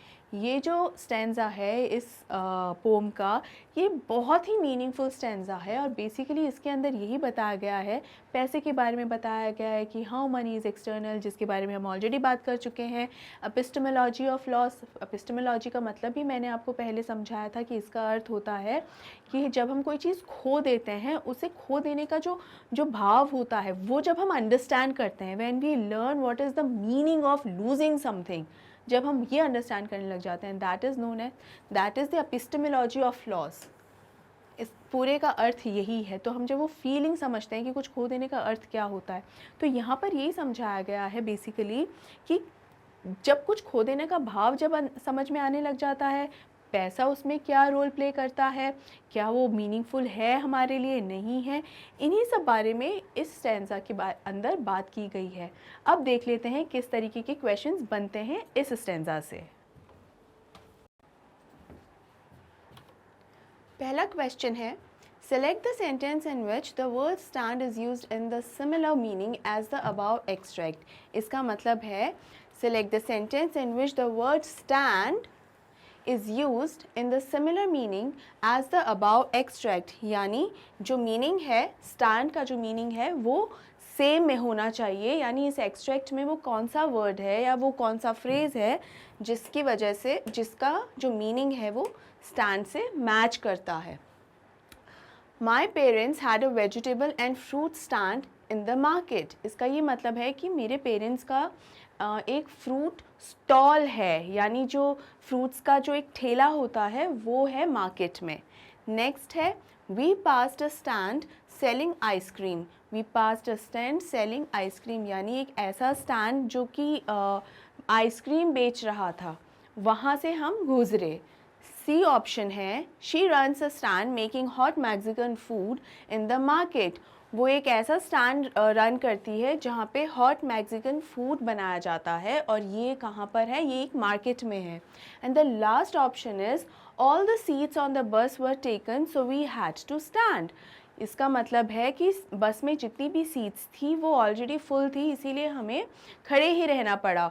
तो ये 4 options हैं। अब इसमें जो extract में जो use हुआ है बेसिकली, ये जो 4 सेंटेंसेस में जो वर्ड्स यूज़ हुए हैं स्टैंड, उसमें से किसका ऐसा मीनिंग है जो इस एक्सट्रैक्ट में जिस तरीके से ये मीनिंग यूज़ हुए हैं उससे मैच करता है, उससे मेल खाता है। तो ऐसा जो है वो है जो लास्ट सेंटेंस है हमारा, जो बस वाला सेंटेंस है वो है। ऑलराइट, क्योंकि ये एक सही मीनिंग भी आपको प्रोवाइड करवा रहा है। ऑलराइट, और दूसरा ये है कि यहाँ पर जैसे मैंने आपको एक्सप्लेन कर रही थी, my parents had a vegetable and fruit stand in the market, so it will not be stand, it will B stall. Okay, या फिर शॉप हो सकता है। तो अलग अलग सिनोनिम्स उसके हो सकते हैं, और जो अप्रोप्रिएट हैं वही यहाँ पर यूज़ होने भी चाहिए। ऐसा नहीं कि बस हम स्टैंड कहीं पर भी यूज़ कर सकते हैं। ऑलराइट, तो हमें ये देखना बहुत ज़रूरी है वर्ड की अप्रोप्रिएटनेस क्या है और उसे कहाँ यूज़ होना चाहिए। आई होप स्टूडेंट्स ये आपको समझ में आया होगा। बढ़ते हैं अपने अगले क्वेश्चन की ओर। How are the boys eyes? If you remember, there is this specific words been used to express the boy's eyes, यानी एक वर्ड ऐसा यूज़ किया गया है इस स्टेंजा में, इस स्टेंजा के पहले ही फ्रेज़ में वो वर्ड यूज़ किया गया है जो इस लड़के की आंखें दिखाता है। मतलब ये बताता है कि उसकी जो आंखें हैं उनमें किस तरीके का एक एक्सप्रेशन आया हुआ है, वो उदास आंखें हैं या हैप्पी चेयरफुल आंखें हैं, कैसी आंखें हैं। वेल, वो होपलेस आंखें हैं एकदम, कि जिसमें कोई अब आशा की उम्मीद ही नहीं बची है। और जो वर्ड इसके लिए यूज़ हुआ है वो है desperate. The boys eyes have a desperate look. Desperate word use हुआ है, और डेस्परेट का मीनिंग मैंने आपको एक्सप्लेनेशन के दौरान भी समझाया था, और इसके बाद भी कई बार रिपीट भी हुआ है। इसका मतलब होता है होपलेस, यानी कोई आशा नहीं होना, आँखों में कोई भी उम्मीद नहीं होना, इसे ही कहते हैं डेस्परेट। बढ़ते हैं अपने अगले क्वेश्चन की ओर। The poet says money is external. What does that mean in this extract? इस एक्सट्रैक्ट के अंदर जो ये वर्ड्स हैं मनी इज़ एक्सटर्नल, उसका क्या मतलब है? मनी इज़ एक्सटर्नल भी हमने कई बार एक्सप्लेनेशन के दौरान डिस्कस किया है, और यहाँ मैं आपको फिर से बता देती हूँ कि मनी इज़ एक्सटर्नल का मतलब होता है कि पैसा सिर्फ बाहरी दिखावे के लिए होता है, जिससे हम मटेरियलिस्टिक चीज़ें खरीद सकते हैं। मटेरियलिस्टिक चीज़ें खरीदी या बेची जाती हैं। ऑलराइट, तो यही मतलब है मनी इज़ एक्सटर्नल, यानी this world is full of possessions. ये है इसका written explanation. The poet says money is external. It means money buys only materialistic things and can be earned again when lost. इसका ये भी मतलब है कि आपने ये कहावत ज़रूर सुनी होगी कि पैसा जो है वो हाथ का मैल होता है, isn't it? तो ये इसका ये मतलब है कि आप हाथ धोते हैं लेकिन फिर भी जब आप काम कुछ करेंगे, again your hands will get dirty. तो इसका ये मतलब है कि पैसा जो है आपने कमाया है वो खर्च भी हो जाता है, कई बार कुछ गलत इन्वेस्टमेंट्स की वजह से लॉस भी हो जाता है, but you can again earn money. There is a possibility जहाँ पैसा दोबारा कमाया जा सकता है. अब वो कम कमा रहे हैं, ज़्यादा कमा रहे हैं, दैट्स अ डिफरेंट केस, वो एक अलग बात है, लेकिन कमाया जा सकता है. ऐसा कभी नहीं है कि अगर एक बार आपका पैसा कहीं लॉस हो गया है, नुकसान हो गया है आपके पैसे का, और आपका पैसा कहीं एकदम चला गया है और आपके पास है नहीं, तो ये मतलब नहीं है कि आप दोबारा उसे कमा नहीं सकते. भले ही कम, लेकिन वो कमाया जा सकता है. चलिए अब आगे बढ़ते हैं. Which option lists who is speaking these lines? इसका ये मतलब है कि ये जो ऑप्शंस दिए गए हैं उनमें से कौन है जो इस स्टैंजा की जो लाइंस हैं वो बोल रहा है. वेल, हर पोम के अंदर ज़रूरी नहीं है कि वो सारी जो फ्रेजेस हैं, सारी जो पोम है वो पोएट ने ही बोली हो सकता है उस पोम में कुछ कैरेक्टर्स हों, जैसे कि इस पोम में है ऑब्जर्वर है, पोएट है, जो वो बच्चा है वो है. So we have two characters basically. Observer ही पोएट है इस पोम का. So keep that in mind कि यहाँ पर भी कैरेक्टर्स हैं. तो कई बार होता है कि हर पोम के अंदर जो कैरेक्टर्स होते हैं, लेट्स से अगर 3 या 4 कैरेक्टर्स हैं, तो हो सकता है वो भी कुछ कह रहे हों. Isn't it? कोई ज़रूरी नहीं कि हर बात पोएट ही कह रहा है. ये भी होता है कि पोएट किसी दूसरे की कही हुई बात को बता रहा है, और कुछ शब्द होते हैं जो ये इंडिकेट करते हैं कि ये बात उसने कही है, किसी थर्ड पर्सन ने कही है, ये बात किसी और ने कही है, ये बात बच्चों ने कही है, ये बात बड़ों ने कही है. ऑलराइट, तो हमें ये जानना है कि ये पर्टिकुलर स्टेंजा जो है जिस पर ये क्वेश्चंस हम सॉल्व कर रहे हैं, वो लाइंस जो हैं वो किसने कही हैं. आइए ऑप्शंस देख लेते हैं. A, an observer. B, the boy's parent. C, the ball salesman. D, a friend. Students, I am sure आपको बहुत ही ईजी लगा होगा ये क्वेश्चन, और आपको ये भी समझ में आ गया होगा कि इसका आंसर क्या है. लेकिन फिर भी अगर किसी बच्चे को समझ में नहीं आया है तो उसके लिए मैं एक छोटा सा एक्सप्लेनेशन यहाँ दे देती हूँ. ये जो B, C and D options जो हैं उनके बारे में इस पोम के अंदर किसी भी तरीके का डिस्कशन नहीं किया गया है. इस वजह से नहीं हम A चूज़ करेंगे कि बाकियों के बारे में डिस्कशन नहीं किया गया है, बल्कि इसलिए सेलेक्ट करेंगे क्योंकि हम जानते हैं कि ये जो पूरी की पूरी पोम है वो ऑब्जर्वर ने ही लिखी है. यानी एक व्यक्ति जिसने ये पूरा इंसिडेंट विटनेस किया है, एक ऐसा व्यक्ति जिसने ये सब होते हुए देखा है बच्चे के साथ, कि कैसे उस बच्चे ने अपना खिलौना खो दिया, कैसा वो दुखी हुआ, और कैसे उसे इस सेंस ऑफ लॉस जो है वो समझ में आया और रिस्पॉन्सिबिलिटी का एहसास हुआ. ये जो पूरी प्रक्रिया हुई उस बच्चे के साथ, वो सब एक व्यक्ति ने नोटिस करी है, ऑब्जर्व करी है, विटनेस करी है. और वो व्यक्ति कौन है? वो एक ऑब्जर्वर है, और वो ऑब्जर्वर ही इस पोम का पोएट भी है. इसके अलावा बच्चे के पेरेंट्स यहाँ इस पोम में कहीं नहीं है, ना ही कोई बॉल का सेल्समैन है, यानी गेंदे बेचने वाला कोई शॉपकीपर, वो भी नहीं है, और ना ही इस बच्चे के फ्रेंड के बारे में कहीं पर बात हो रही है. तो हमें ये ध्यान रखना है कि किसने लिखे है ये पूरी पोम ऑब्जर्वर ने ही लिखी है. So the correct option will be option A, an observer. चलिए आगे बढ़ते हैं. अब हम आ गए हैं हमारे शॉर्ट आंसर टाइप क्वेश्चंस पे. स्टूडेंट्स, जब भी मैं आपको शॉर्ट आंसर टाइप्स या long answer type question solve करवाती हूँ तो ये हमेशा मेंशन करती हूँ उसके पहले कि हमेशा मार्किंग स्कीम का ध्यान रखें. हमेशा देखें कि कोई क्वेश्चन कितने मार्क्स का है. मैं हर क्वेश्चन के आंसर को आपके साथ इसीलिए एक्सप्लेन करती हूँ ताकि आप उसका रिटन एक्सप्लेनेशन तो आपको मिलता ही है, उसके अलावा आपको ये भी चीज़ पता चलती हैं कि उस आंसर के, अगर उस कोई शॉर्ट आंसर टाइप क्वेश्चन का को अगर मैं सॉल्व करवा रही हूँ, एक्सप्लेन कर रही हूँ, अगर वो same question long answer type में आएगा तो आप उसको कैसे फ्रेम करेंगे. Since you are also getting a written explanation, so it will be easier for you to extend that answer. दूसरा, अगर कोई लॉन्ग आंसर टाइप क्वेश्चन है और अगर उसे आपको शॉर्ट में लिखना है तो आप वो कैसे करते हैं, वो आप कैसे कर सकते हैं, वो भी मैं आपको समझाते हुए चलती हूँ। मार्किंग स्कीम का ध्यान रखना स्टूडेंट्स बहुत ज़रूरी है।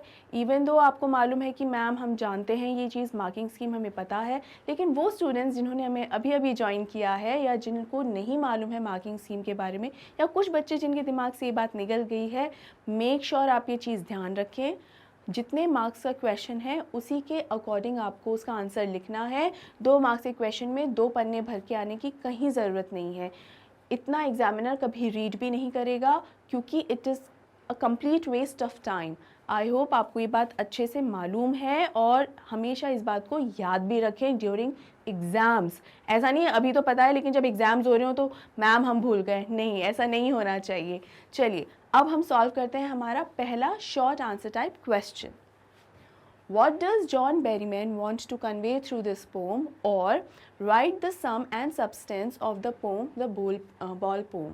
Well students, मैं आपको excuse me, ये जो क्वेश्चंस हैं जो आपको सॉल्व करवा रही हूँ, ये क्वेश्चंस कभी ना कभी प्रीवियस ईयर्स के क्वेश्चन पेपर्स में भी आए हैं, तो इसलिए इन हर क्वेश्चन इम्पॉर्टेंट है। ध्यान से समझिए, ध्यान से उसके रिटन एक्सप्लेनेशंस को देखिए ताकि आपको अपने एग्ज़ाम्स में बहुत ही मदद मिले। अब ये क्वेश्चन क्या है? ये क्वेश्चन है कि जॉन बेरीमैन ने इस पोम के थ्रू आपको क्या कन्वे करने की कोशिश की है। कन्वे का मीनिंग मैंने आपको बताया है स्टूडेंट्स। कन्वे का मतलब होता है कोई भी समाचार या सूचना अगले व्यक्ति तक पहुंचाना या कन्वे करना, ठीक है। तो क्या मैसेज है जो जॉन बेरीमैन इस पोम के थ्रू आप तक पहुंचाना चाहते हैं, या write the sum and substance of the poem, the ball poem. अब ये जो क्वेश्चन है ना नेक्स्ट वाला, इसका जो जिस तरीके का स्ट्रक्चर है, जो जिस तरीके से इस क्वेश्चन को फ्रेम किया गया है, पढ़ने में हो सकता है ये आपको एकदम अलग लगे, बट ट्रस्ट मी, पहला और दूसरा क्वेश्चन बिल्कुल सेम चीज़ ही पूछ रहा है। दूसरे क्वेश्चन के अंदर सिर्फ एक the way of asking a question, बस वो डिफरेंट है। The way it's been asked is absolutely different from the previous question. Alright, तो इसमें पूछा गया है सम एंड सब्सटेंस, मतलब इसमें क्या मूल चीज़ है, इस पोम में क्या मूलतः क्या समझाया गया है। बेसिकली यही अर्थ है सम एंड सब्सटेंस का, और इसका क्या सार निकल के आता है, क्या मूलतः इस पोम में क्या समझाया गया है और उसका क्या सार निकल कर आता है, ठीक है, यही इसमें समझाया गया है। आई होप आपको ये समझ में आ रहा होगा। अब हम इसका एक रिटन एक्सप्लेनेशन देख लेते हैं और फिर आपको इसका डिटेल में मीनिंग भी बता देते हैं, लेकिन छोटे से बात में बस इतना बता देते हैं कि इसमें सिखाया ये गया है कि हमारे से कोई भी चीज़ें हो सकता है खो सकती हैं, या किसी भी वजह से वो जो आपके एकदम करीबी चीज़ है वो आपसे बिछड़ सकती है, लेकिन उस दुख में हमेशा नहीं रहना है, उस बिछड़ जाने के दुख में हमेशा नहीं रहना है, हमें आगे बढ़ते रहना है। और हमें ये अंडरस्टैंड करना है कि losing something is the nature of life. Alright, ये प्राकृतिक नियम है, ये जीवन का नियम है। The message that the poet wants to convey is the importance of loss and responsibility in life. We should not forget the importance of possessions. We all should learn our responsibility and how to cope up with the loss.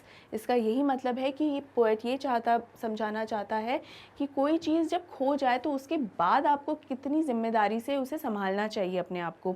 कोई चीज़ खो जाती है तो हमेशा इस तकलीफ़ में नहीं रहना चाहिए, हमेशा ये कंप्लेंट नहीं करनी चाहिए कि हमसे वो चीज़ खो गई है। इनफैक्ट हमें हमेशा एक ज़िम्मेदार व्यक्ति की तरह बिहेव करना चाहिए कि हाँ खो गई है, आगे से हम ध्यान रखेंगे, अब हमें दुख में नहीं डूबे रहना है। तो सबसे पहले उन्हें उस चीज़ की इम्पोर्टेंस का भी एहसास होता है कि कोई चीज़ खो गई है, तभी उस चीज़ का एक सही इम्पॉर्टेंस, एक सही मायना पता चलता है कि कितनी मायने रखती थी वो चीज़ हमारे लिए। एक तो ये समझ में आ जाता है और दूसरा ये समझ में आता है कि अब हमारी लाइफ में रिस्पॉन्सिबिलिटी क्या है, जिम्मेदारी क्या है। तो जिम्मेदारी ये है कि भविष्य में कोई चीज़ हमसे गुम ना हो जाए, उस चीज़ का तो ध्यान रखना ही है। और मान लीजिए गुम हो जाती है या खो जाती है, चली जाती है हमसे दूर किसी भी वजह से, तो हमें एक ज़िम्मेदार व्यक्ति की तरह ही आचरण करना चाहिए। We should behave like a responsible person, कि हमें संभालना होता है खुद को, दुख में गम में डूबे नहीं रहना होता है। ऑलराइट, और इसके आगे बढ़ते हुए कहते हैं कि forget the importance of possessions, we should not forget the importance of possessions, यानी हमें कभी भी ये नहीं भूलना चाहिए कि चीज़ें जो हमने ख़रीदी भी हैं वो भी मायने रखती हैं। ऐसा नहीं है कि कोई भी चीज़ जो इमोशंस देखिए बहुत मायने रखते हैं, लेकिन मानिए हमने पैसों से भी अगर कोई चीज़ ख़रीदी है तो पैसे भी तो हार्ड वर्क से ही आए हैं, पेड़ पर तो नहीं हो गए हैं। तो वो जो मेहनत से जो चीज़ें आई हैं उनका हमें ख्याल रखना होता है। बिछड़ जाना, दूर हो जाना तो प्राकृतिक नियम है, लेकिन इसका ये अर्थ नहीं है कि हाँ बिछड़ना तो है तो हम इसका ध्यान क्यों रखें, नहीं, यही रिस्पॉन्सिबिलिटी आती है। We all should learn our responsibility and how to cope up with the loss. हम सभी को अपनी रिस्पॉन्सिबिलिटीज़, अपनी ज़िम्मेदारियों का एहसास होना चाहिए और हमें पता होना चाहिए कि हम किस तरीके से कभी भी कोई लॉस हो जाए या कोई भी किसी भी तरीके का कोई नुकसान है उसके साथ डील कैसे करें, उसके साथ हम डील कैसे करें। डील करने का यहाँ मतलब है कि उस सिचुएशन को हैंडल कैसे करेंगे, किस तरीके से उस समय बर्ताव हमारा रहेगा और किस तरीके से आप खुद को संभालेंगे। आई होप स्टूडेंट्स ये क्वेश्चन आपको अच्छे से समझ में आ गया होगा। बढ़ते हैं अपने अगले क्वेश्चन की ओर। Why was the boy upset on losing his ball? बच्चा क्यों इतना ज़्यादा दुखी था? क्योंकि उस बॉल से, उस टॉय से उस बच्चे की और भी बहुत ज़्यादा मेमोरीज़ एसोसिएटेड थे, बहुत उसका जो चाइल्डहुड डेज रहे हैं, जो भी जब भी वो खेलता होगा उसके साथ या जब भी जितना भी टाइम उसने स्पेंड किया है अपने इस खिलौने के साथ, वो उसे बहुत अच्छे से याद होगा। तो अपनी एक टॉय का, एक खिलौने का बिछड़ जाना, वो चीज़ का बिछड़ जाना दुखी नहीं कर रहा है इस बच्चे को, इसको दुखी कर रहा है कि उसकी वो जो सारी यादें हैं, सारी जो मेमोरीज़ हैं, वो सब भी उससे बिछड़ गई हैं और इसी बात का इस बच्चे को बहुत ही दुख हो रहा है और तकलीफ़ हो रही है। आइए देख लेते हैं इसका written explanation. The boy was upset on losing his ball because sentiments of his childhood were attached to it. As the boy stands watching his ball in the harbor, he realizes that his young days have gone away with the ball and he can never get them back.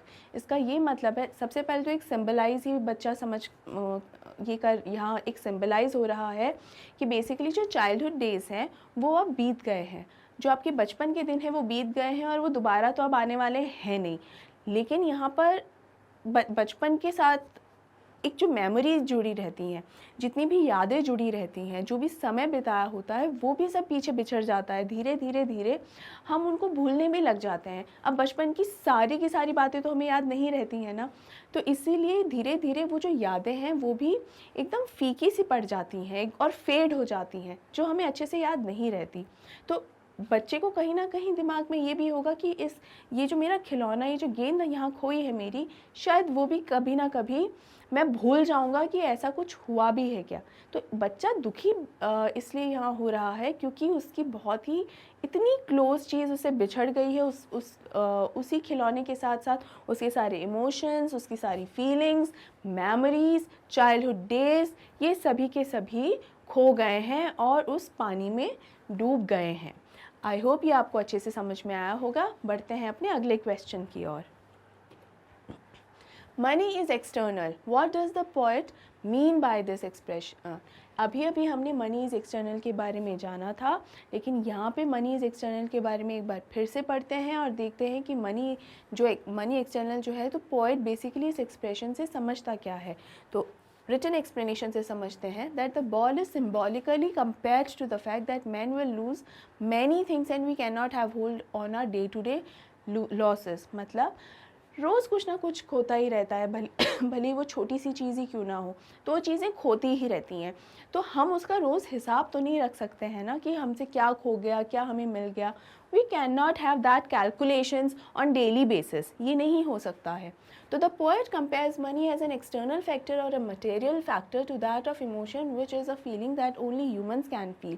अब ये खोने बिछड़ने वाली चीज़ें जो है ना, वो एक इंसान ही समझ सकता है कि उसने कोई चीज़ किसने मन से ख़रीदी होगी और उसे अगर कुछ हो जाए, भले वो पोजेशन वाली चीज़ है, लेकिन अगर हमने उसे बहुत मन से ख़रीदा है, बहुत मेहनत करके पैसा कमाया और फिर उस चीज़ को ख़रीदा और वो उससे कोई नुकसान हो जाए, तो क्या हमें तकलीफ़ नहीं होगी? बिल्कुल होगी।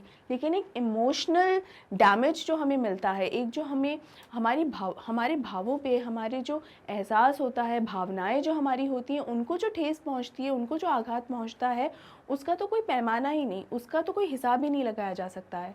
तो इसीलिए हमें ये ध्यान रखना होता है कि हमें इतना मज़बूत बनना है और ख़ुद को इतना स्ट्रॉन्ग बनाना है कि हम ये सारी चीज़ें एक्सेप्ट कर सकें, क्योंकि ये मिलना बिछड़ना, चीज़ें पाना खोना, ये तो चलता ही रहेगा।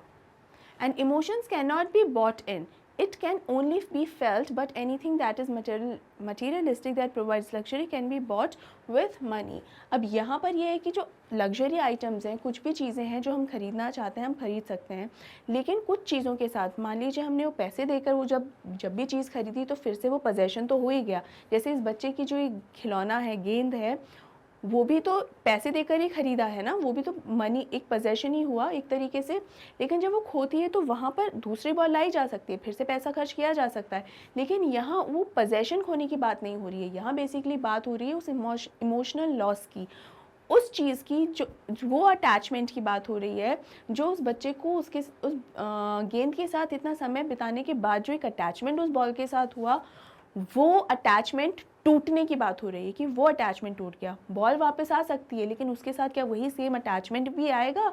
क्या वही एक जो मेरा उसके साथ पर्सनल कनेक्शन था बॉल के साथ, क्या वो पर्सनल कनेक्शन भी बन पाएगा मेरा? और जो यादें जुड़ी थी मेरी उस बॉल के साथ जो खो गई है, क्या वो यादें इस नई बॉल के साथ आ पाएंगी? नहीं, वो सब इसके साथ नहीं आ पाएंगी। और इसी चीज़ के लिए ये जो बच्चा है इतना ज़्यादा दुखी है, अपसेट है, और इसी चीज़ को समझाने की कोशिश कर रहे हैं जॉन बेरीमैन, और ये कह रहे हैं कि money is just external, money external होता है, मनी इज़ एक्सटर्नल, और उससे आप सामान खरीद सकते हैं लेकिन उससे जुड़े हुए भाव नहीं। बढ़ते हैं अगले क्वेश्चन की ओर।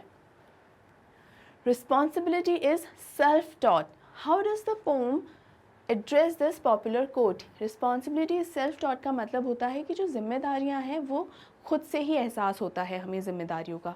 इसका ये मतलब है कि अगर कोई व्यक्ति ये समझाने बैठ जाए कि अब तुम्हारी ये ज़िम्मेदारियां हैं, ये आपको ये करना चाहिए, वो करना चाहिए, तो हो सकता है कि हम थोड़ा बहुत उस बात को समझें, लेकिन पूरी तरीके से उसे समझना शायद हमारे लिए उतना संभव नहीं होता है, क्योंकि हम वो बातें समझने के लिए उतना तैयार नहीं होते हैं। We are not that much of we are not that much prepared. तो कभी भी कोई इस तरह से लेक्चर दे या कभी कोई समझाए या ज्ञान की बातें करे तो हम उसको एज इट इज़ 100% समझ नहीं पाते हैं कभी। ये भी बहुत ही नेचुरल सी चीज़ है, बहुत ही धीरे धीरे ही समझ पाते हैं।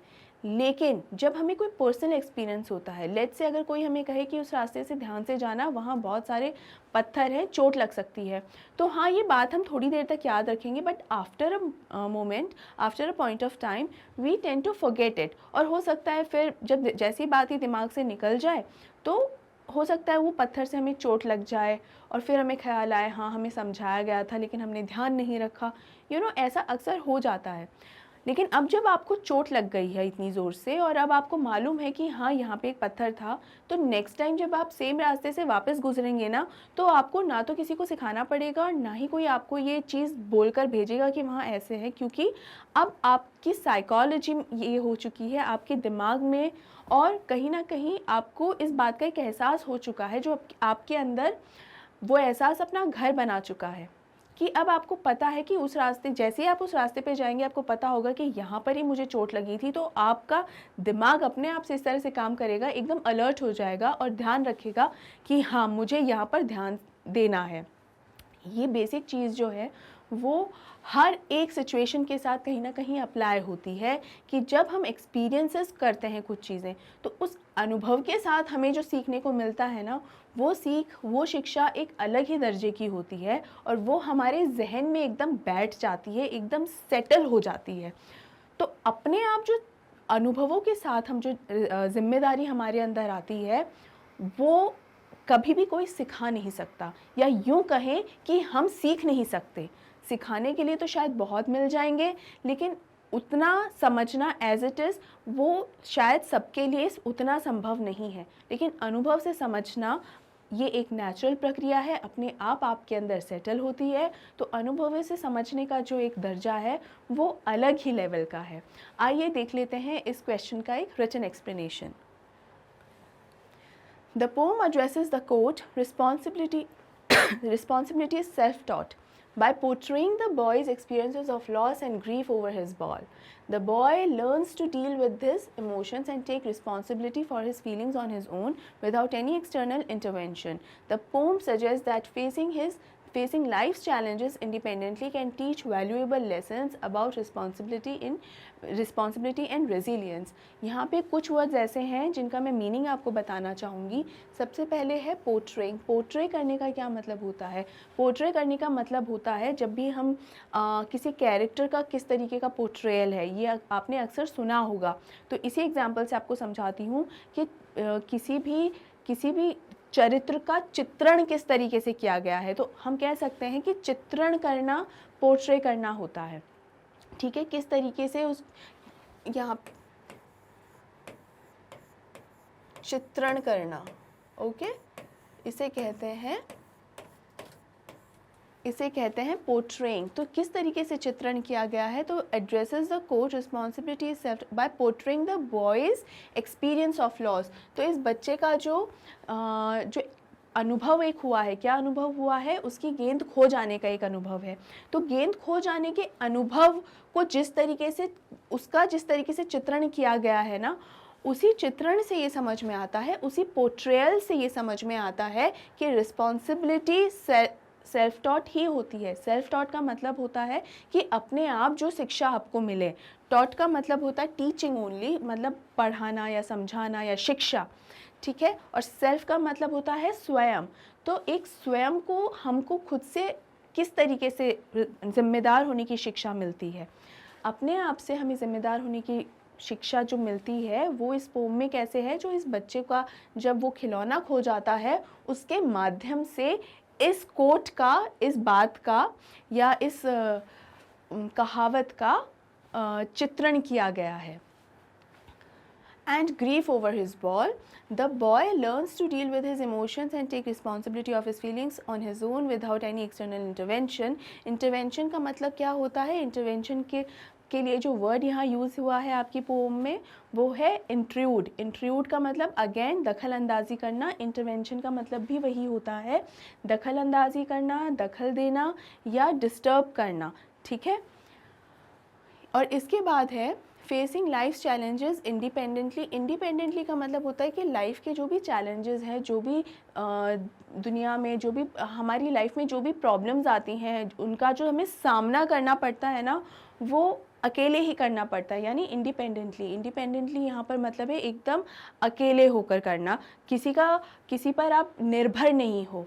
तो यहाँ पर कोई बिना किसी पर निर्भर हुए अपने आप से किसी भी समस्या का सामना करना, उसे ही कहा जाता है independently, facing the challenges independently and can teach valuable lessons about responsibility and resilience. यहाँ रेजिलियंस का जो मतलब निकल के आता है वो ये है कि हम जो चैलेंजेस फेस कर रहे हैं हम उनका जिम्मेदारियों के साथ सामना भी करें और डटकर सामना करें। रेजिलियंस का मतलब यहाँ होता है डटकर एकदम, ताकि जो भी चैलेंजेस आ रहे हैं, जो भी समस्याएं आ रही हैं, वो हमें हताश ना कर सकें। देखिए, हमने उसे फेस कर लिया और उसके बाद हताश होकर बैठ गए तो क्या फ़ायदा। तो हम उनको सह सकें, हमारे अंदर इतनी क्षमता हो कि हम उसे सह सकें और अंदर से एकदम दहल ना जाए, उसे ही यहाँ पर यही मतलब है कि रेजिलियंस का मतलब यही निकल कर आता है कि एकदम डट कर सामना करें। ऑलराइट, तो आई होप आपको ये समझ में आ गया होगा कि इसका यही मीनिंग निकल कर आता है कि यही सिखाया गया है। रिस्पॉन्सिबिलिटी सेल्फ टॉट का यही मतलब है कि बच्चे ने अपने एक्सपीरियंस से, अपने अनुभवों से जो सीखा, वो जो प्रक्रिया थी उस प्रक्रिया को जो पोएट है या ऑब्जर्वर है उसने किसी भी तरीके से डिस्टर्ब नहीं होने दिया। वो जो नेचुरल प्रोसेस थी बच्चे के सीखने की, वो नेचुरल प्रोसेस को उसने चलने दिया। बच्चा दुखी हो रहा है तो उसने, ऑब्जर्वर ने अपना मन नहीं पसीजने दिया, उसने इस चीज़ को सहा कि हाँ बच्चा दुखी है तो दुखी रहने दिया ताकि वो सीख सके। फिर धीरे धीरे जब बच्चा सीखने लगा तो भी वो किसी सपोर्ट के लिए उसके पास नहीं गया कि इसे खुद अपने आप से इस चीज़ को लेकर समझने दो और अपने आप से इसे स्ट्रॉन्ग बनने दो। एक्सटर्नल कुछ भी इसको नहीं देना है ताकि वो समझे। हमारी लाइफ में भी पेरेंट्स भी कई बार हमें इसी तरीके से बहुत सारे लेसन देने की कोशिश करते हैं।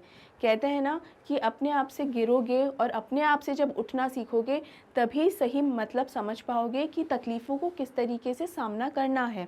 अगर हर बार चोट लगने पर, आप गिरने पर आपको चोट लगे, उसके बाद हर बार अगर कोई आपको उठाने के लिए आ जाए, हर बार आपको कोई सपोर्ट करने के लिए आ जाए, और जो सपोर्ट आपको यहाँ कर रहा है वो सपोर्टर अगर कल को आपके जीवन में ना रहे, तो कभी भी आपको अपने आप से वापस उठना, अपने पैरों पे खड़ा होना नहीं आएगा। इसीलिए ज़रूरी है कि आप, भले ही आपको आपकी लाइफ में सपोर्टर्स मिले, नहीं मिले, कोई फ़र्क नहीं पड़ता। सपोर्टर्स मिले तो बहुत अच्छी बात है। ये लाइफ में सपोर्टर्स होने का मतलब ये है कि आप बहुत लकी हैं। बट लेट्स से अगर वो सपोर्टर्स किसी दिन ना रहें, चाहे कुछ समय के लिए ही ना रहे, लेकिन किसी भी वजह से आपको अगर अकेला होना पड़े और तब आपको नहीं मालूम है कि अब आप सिचुएशंस के साथ कैसे डील करेंगे, तो स्टूडेंट्स कहीं ना कहीं ये हम सबका एक फेलियर ही होता है। तो सपोर्टर्स होना एक बोनस की तरह हो गया, लेकिन फिर भी हमें यही समझना है कि जब हम अकेले हैं और हमें किसी सिचुएशन को डील करना है तो हमें पता होना चाहिए कि अकेले उस सिचुएशन को कैसे सामना करें। ऑलराइट, आई होप आपको ये समझ में आ गया होगा। आगे बढ़ते हैं।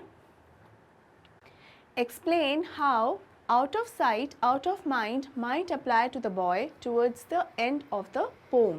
इसका ये मतलब है, यहाँ पे एक आपको बहुत ही फेमस फ्रेज़ दिया गया है, यानी ये एक कहावत है, out of sight out of mind, यानी जो नज़रों के सामने नहीं रहता वो हमारे दिमाग में भी नहीं रहता। ये एक बहुत ही कारगर कहावत है और ये बहुत ही सही है कि ऐसी कोई भी चीज़ जिसे आप अपने दिमाग में नहीं रखना चाहते हैं, बेहतर है उसे अपने आँखों के सामने भी ना ही रहने दें। यानी मान लीजिए अगर आप किसी व्यक्ति से मिलते हैं, पहली बार मिलते हैं, भले ही आपका एक्सपीरियंस उस व्यक्ति से मिलने का कितना भी अच्छा रहा हो, जब हम ट्रैवल करने के लिए जाते हैं तब हमारी रास्ते में किसी ना किसी से मुलाकात हो जाती है, तो ट्रेन्स में या फ्लाइट्स में बहुत अच्छे से बातें होती हैं, इज़न्ट इट। अब कोई एक्सेप्शनल किस्से ही कुछ हो तो शायद आपको याद रह जाए, बट अगर ऐसा कुछ नहीं है और सिर्फ बातें ही करते जा रहे हैं, तो इवन दो कितना भी अच्छा सफ़र वो कटा हो, कितनी भी अच्छी बातें आप सब लोगों के बीच में हुई हो, लेकिन धीरे धीरे वो मेमोरी आपके दिमाग से फेड हो जाती है, क्योंकि वो व्यक्ति जो है वो अब आपके सामने नहीं है। और सामने का मतलब सिर्फ नज़रों के सामने नहीं, वो किसी ना किसी तरह आपकी लाइफ में भी अब नहीं ही है, तो वो आप धीरे धीरे भूल जाएंगे। दूसरा उदाहरण आप ये समझिए कि जितनी भी नेगेटिविटीज़ होती हैं, देखिए हर कोई व्यक्ति चाहता है कि वो नेगेटिविटी से जितना हो सके उतना दूर रहे, लेकिन ये हर बार संभव नहीं हो पाता है, क्योंकि जिस वजह से हमें तकलीफ़ हो रही होती है या नेगेटिविटीज़ हमारी लाइफ में आ रही होती हैं, जिन वजह से आ रही होती है वो वजह हमारे जीवन में रहती हैं, चाहे फिर वो लोग हो या कोई चीज़ हो रही हो, डज़न्ट मैटर। तो जिन लोगों की वजह से, देखिए जो सिचुएशन हो रही होती है उसको तो हम शायद हैंडल नहीं कर सकते हैं हर बार, लेकिन जो लोग हैं जिनकी वजह से वो नेगेटिविटी आती है, उन लोगों को तो उठाकर अपने जीवन से दूर कर सकते हैं, इज़न्ट इट। तो उन्हीं लोगों को अपनी लाइफ से दूर रखना है। अगर वो बाहर रहेंगे तो आपके दिमाग में भी जो नेगेटिविटीज़ हैं वो नहीं रहेंगी। कुछ चीज़ों का पता नहीं होना सबसे बढ़िया चीज़ है। कुछ गलत बातें जब पता चलती हैं, या मान लीजिए कि कुछ गलत कमेंट्स भी आते हैं अगर हम उन्हीं नेगेटिव कमेंट्स को बार बार पढ़ते रहेंगे, तो कहीं ना कहीं वही हमारे दिमाग में चलता रहेगा। Just don't read negativity. कोई भी नेगेटिव कमेंट है, या अगर आपको मालूम हो कि जितने भी सेलिब्रिटीज़ हैं उन्हें बहुत ज़्यादा ट्रोल किया जाता है, ट्रोलिंग मतलब उनकी फ़ोटोग्राफ्स पे और अच्छी डिसेंट फ़ोटोग्राफ्स पे भी इतने ख़राब और नेगेटिव कमेंट्स कई बार होते हैं जिन्हें पढ़ के हो सकता है वो डिमोरलाइज हो जाएं और बहुत ही डिस्करेज हो जाएं, लेकिन वो उन कमेंट्स को पढ़ना बिल्कुल अवॉइड करते हैं ताकि वो इस इस नेगेटिविटी से गुजरे ही नहीं, क्योंकि वो जो ट्रोलिंग होती है वो ट्रोलिंग ही होती है, वो किसी तरीके का हेल्दी क्रिटिसिज्म नहीं होता कि हम इन्हें बताएंगे तो इनमें कोई सुधार होगा या इम्प्रूव होंगे। No, it is pure negative. Alright, purely negative होते हैं, उनसे दूर रहना है, उन कमेंट से दूर रहना है। स्टूडेंट्स, आप भी यही रवैया अपनी लाइफ में अपना लीजिए। ऑलराइट, चलिए इसका एक रिटन एक्सप्लेनेशन देख लेते हैं और देख लेते हैं किस तरीके से ये फ्रेज़ जो है, ये कहावत जो है, वो इस पोम पर अप्लाई होती है। इस पोम में आखिर में आते हुए बच्चा जब देखता है कि उसका जो खिलौना है, जो गेंद है, वो खो चुकी है, तो यहाँ उस बच्चे के सामने वो गेंद नहीं है ना, वो डूब चुकी है। अब मान लीजिए वो बॉल जो है किसी ऐसी जगह खो जाती है जहाँ से वो उसको विजिबल रहती, लेकिन उसको ये मालूम है कि उस बॉल को वापस पाना असंभव है, या तो किसी ऐसे पेड़ में किसी ऐसी जगह चली जाती वो कि जहाँ उसे मालूम है कि वो बॉल वहाँ है, I know it is up there, लेकिन स्टिल उसको वहाँ से लेकर आना बिल्कुल भी पॉसिबल नहीं। या पानी में ही गिरती तो किसी ऐसी जगह वो तैरते तैरते फ्लोट होते हुए चली जाती कि वहाँ से उसको वापस लेकर आना एकदम असंभव हो जाता। तो यही बात यहाँ हो रही है कि अगर वो बॉल उसको दिखती रहती बच्चे को, तो वो ज़्यादा दुखी होता रहता, हर वक्त एक उम्मीद उसमें जगती कि मैं ऐसा क्या करूं कि मैं उस बॉल को वापस लेकर आ जाऊं, मैं ऐसा क्या करूं कि वो बॉल मेरे पास वापस आ जाए, हर वक्त उसके दिमाग में ये चलता रहता।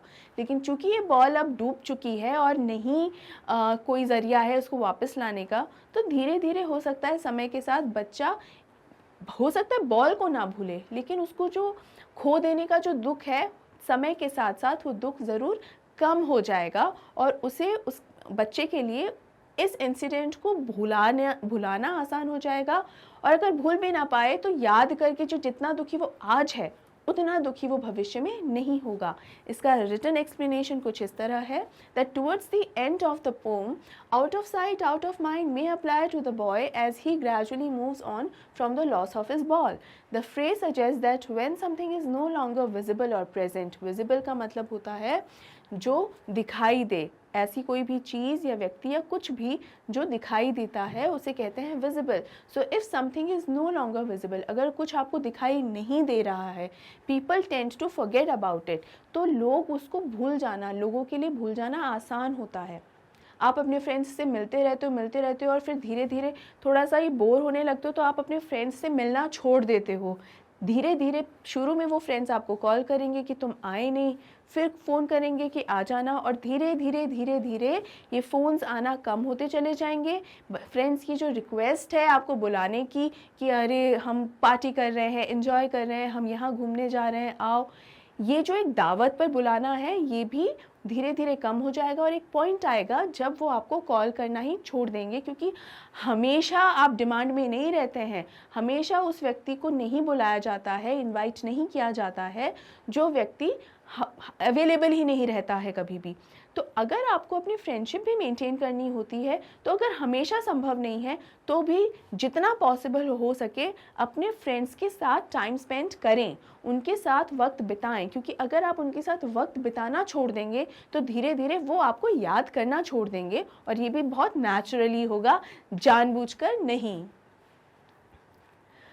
As the boy accepts the loss and focuses on other things, the memory of the lost ball may fade and he may find new sources of joy and interest.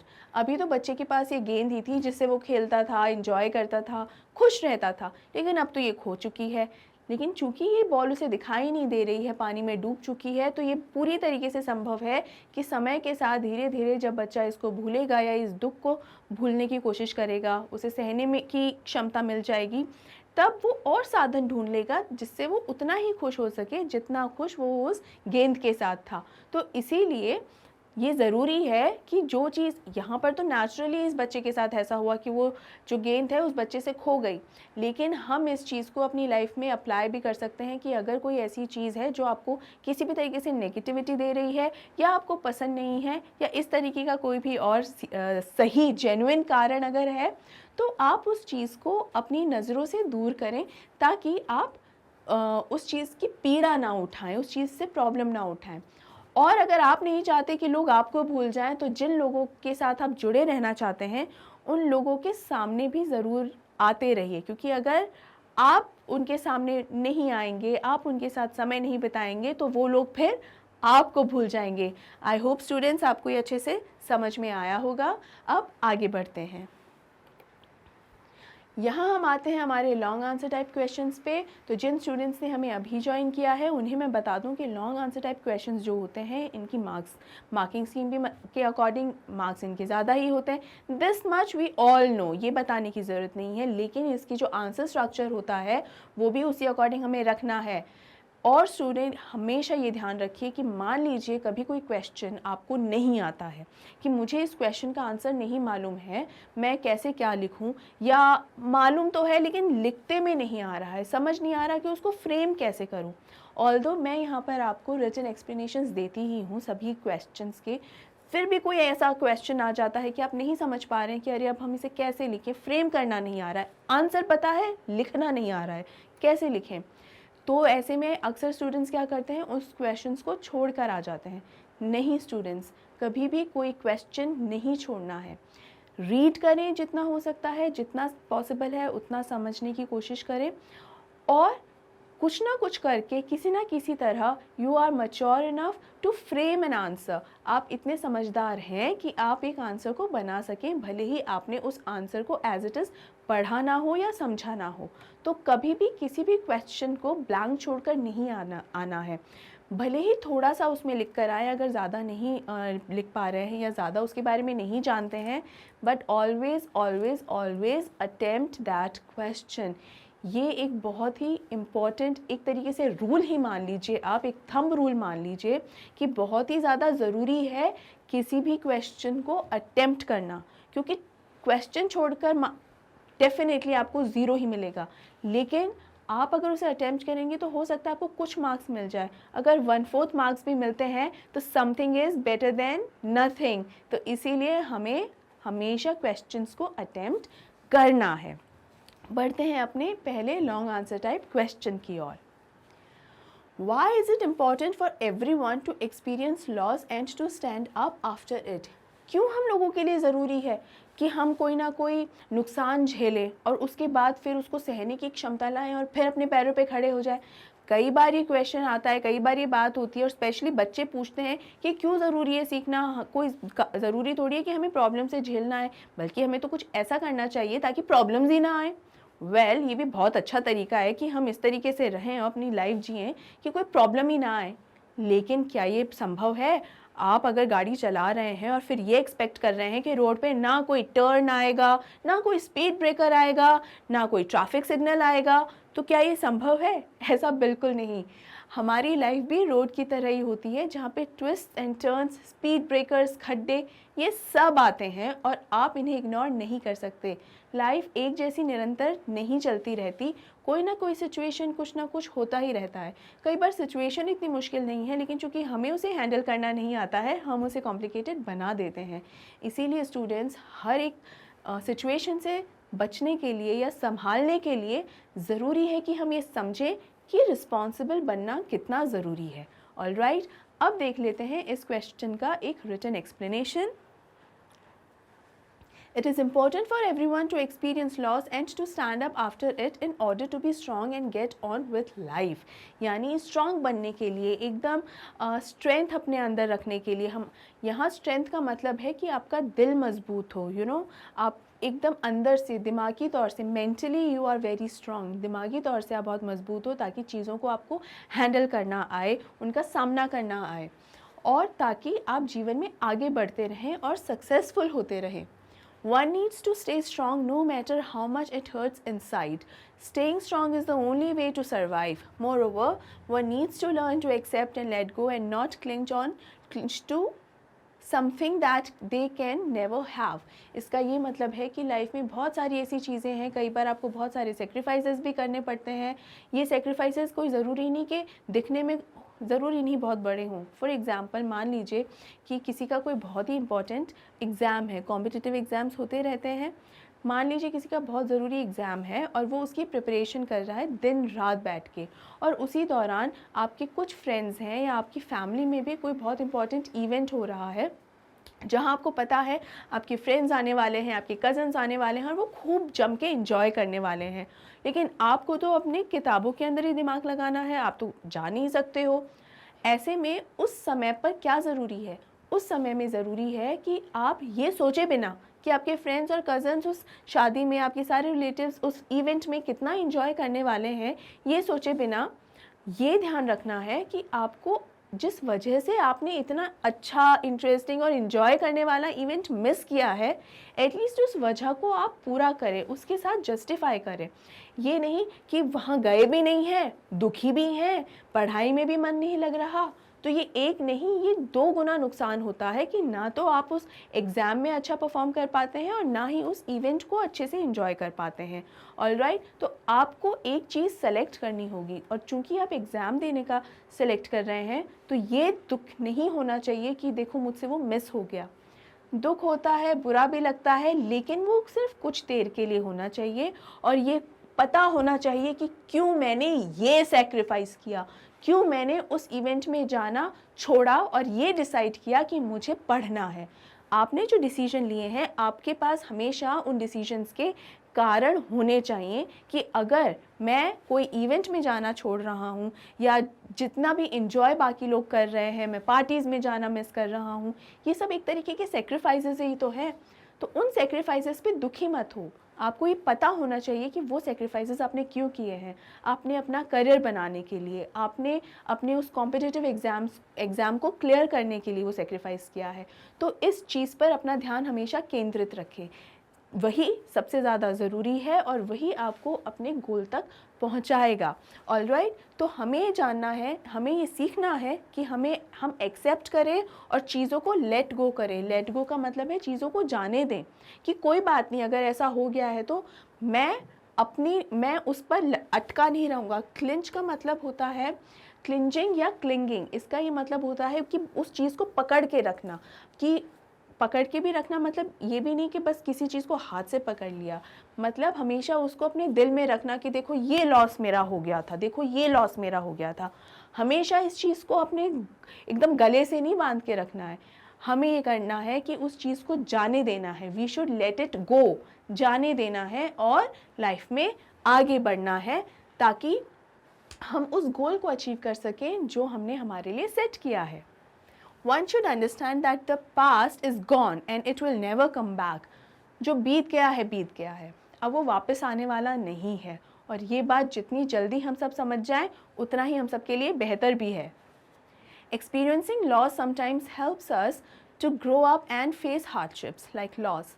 This helps us in breaking all the boundaries into freedom. इसका यही मतलब है कि कई बार हमें जो loss होता है, ये जो नुकसान होता है, हम जो अनुभव करते हैं नुकसान होना, वो हमें ग्रो करने में बहुत हेल्प करता है। वो हमें एक मैच्योर पर्सन बनाता है, एक अंडरस्टैंडिंग पर्सन बनाता है, समझदार बनाता है हमें।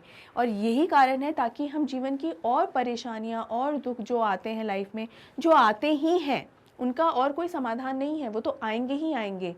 लेकिन अंतर ये आ जाता है कि इस अनुभव से आपको उन परेशानियों को संभालना आ जाता है, उन्हें सॉल्व करना आ जाता है, और अपने आप को उनसे उबारना अच्छे से आ जाता है। और इसीलिए हमें इन बाउंड्रीज़ को तोड़ना चाहिए। ओके, और बाउंड्रीज़ को तोड़कर एक फ्रीडम की ओर बढ़ना चाहिए। इसका ये मतलब है, किस चीज़ की बाउंड्री है ये बाउंड्री है समस्याओं की, ट्रबल्स की, कि अपने आप को हमने उन चीज़ों के अंदर घेर रखा है जो भूतकाल में, जो पास्ट में हमारे साथ हुई, तब ये हो गया, फिर ये हो गया, फिर ये हो गया, एंड एवरीथिंग। आपने अपने चारों तरफ इर्द गिर्द इसी चीज़ की एक बाउंड्री बना ली है। नहीं, इस बाउंड्री को हटाइए, तोड़िए, इस बाउंड्री को जाने दीजिए, और बिल्कुल भी कंप्लेनिंग नहीं बनिए, आगे बढ़िए, अपनी एक फ्रीडम देखिए कि मुझे क्या चाहिए, मेरा क्या गोल है, और उस गोल का कौन सा रास्ता है। उस रास्ते पे बहुत प्रॉब्लम्स आएंगी, बहुत तकलीफ़ें होंगी, लेकिन आपको रुकना नहीं है, संभलते जाना है, समझते जाना है, और अपने टारगेट तक पहुंचना है। आई होप स्टूडेंट्स, अच्छे से आपको ये क्वेश्चन, इसका एक्सप्लेनेशन समझ में आया होगा, और इसमें एक लाइफ लेसन भी है। प्लीज़ उस लाइफ लेसन को समझिए और अपने जीवन पर अप्लाई भी कीजिए।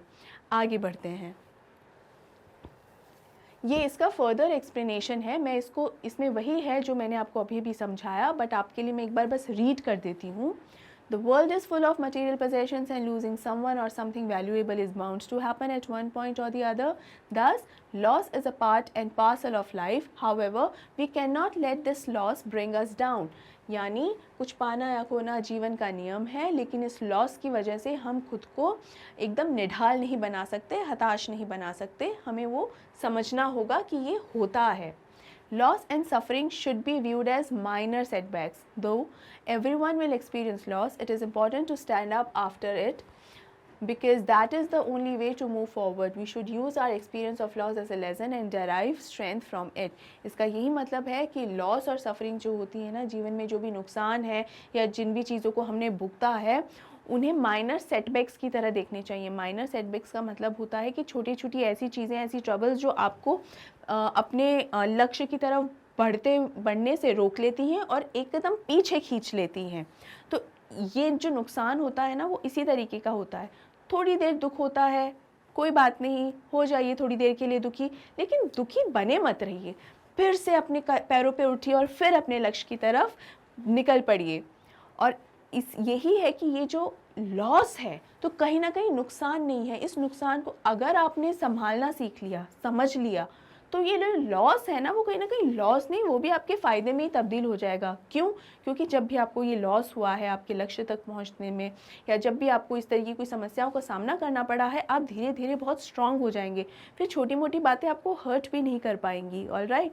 तो इसलिए आपको समझ में आने लगेगा कि किस तरीके से आपको सिचुएशन से डील करना है, और धीरे धीरे आप इतने स्ट्रांग हो जाएंगे कि आपको बहुत सारी समस्याओं का सामना करना बढ़िया तरीके से आ जाएगा. और फिर एक पॉइंट के बाद वो समस्याएं आपको समस्या लगेंगी ही नहीं.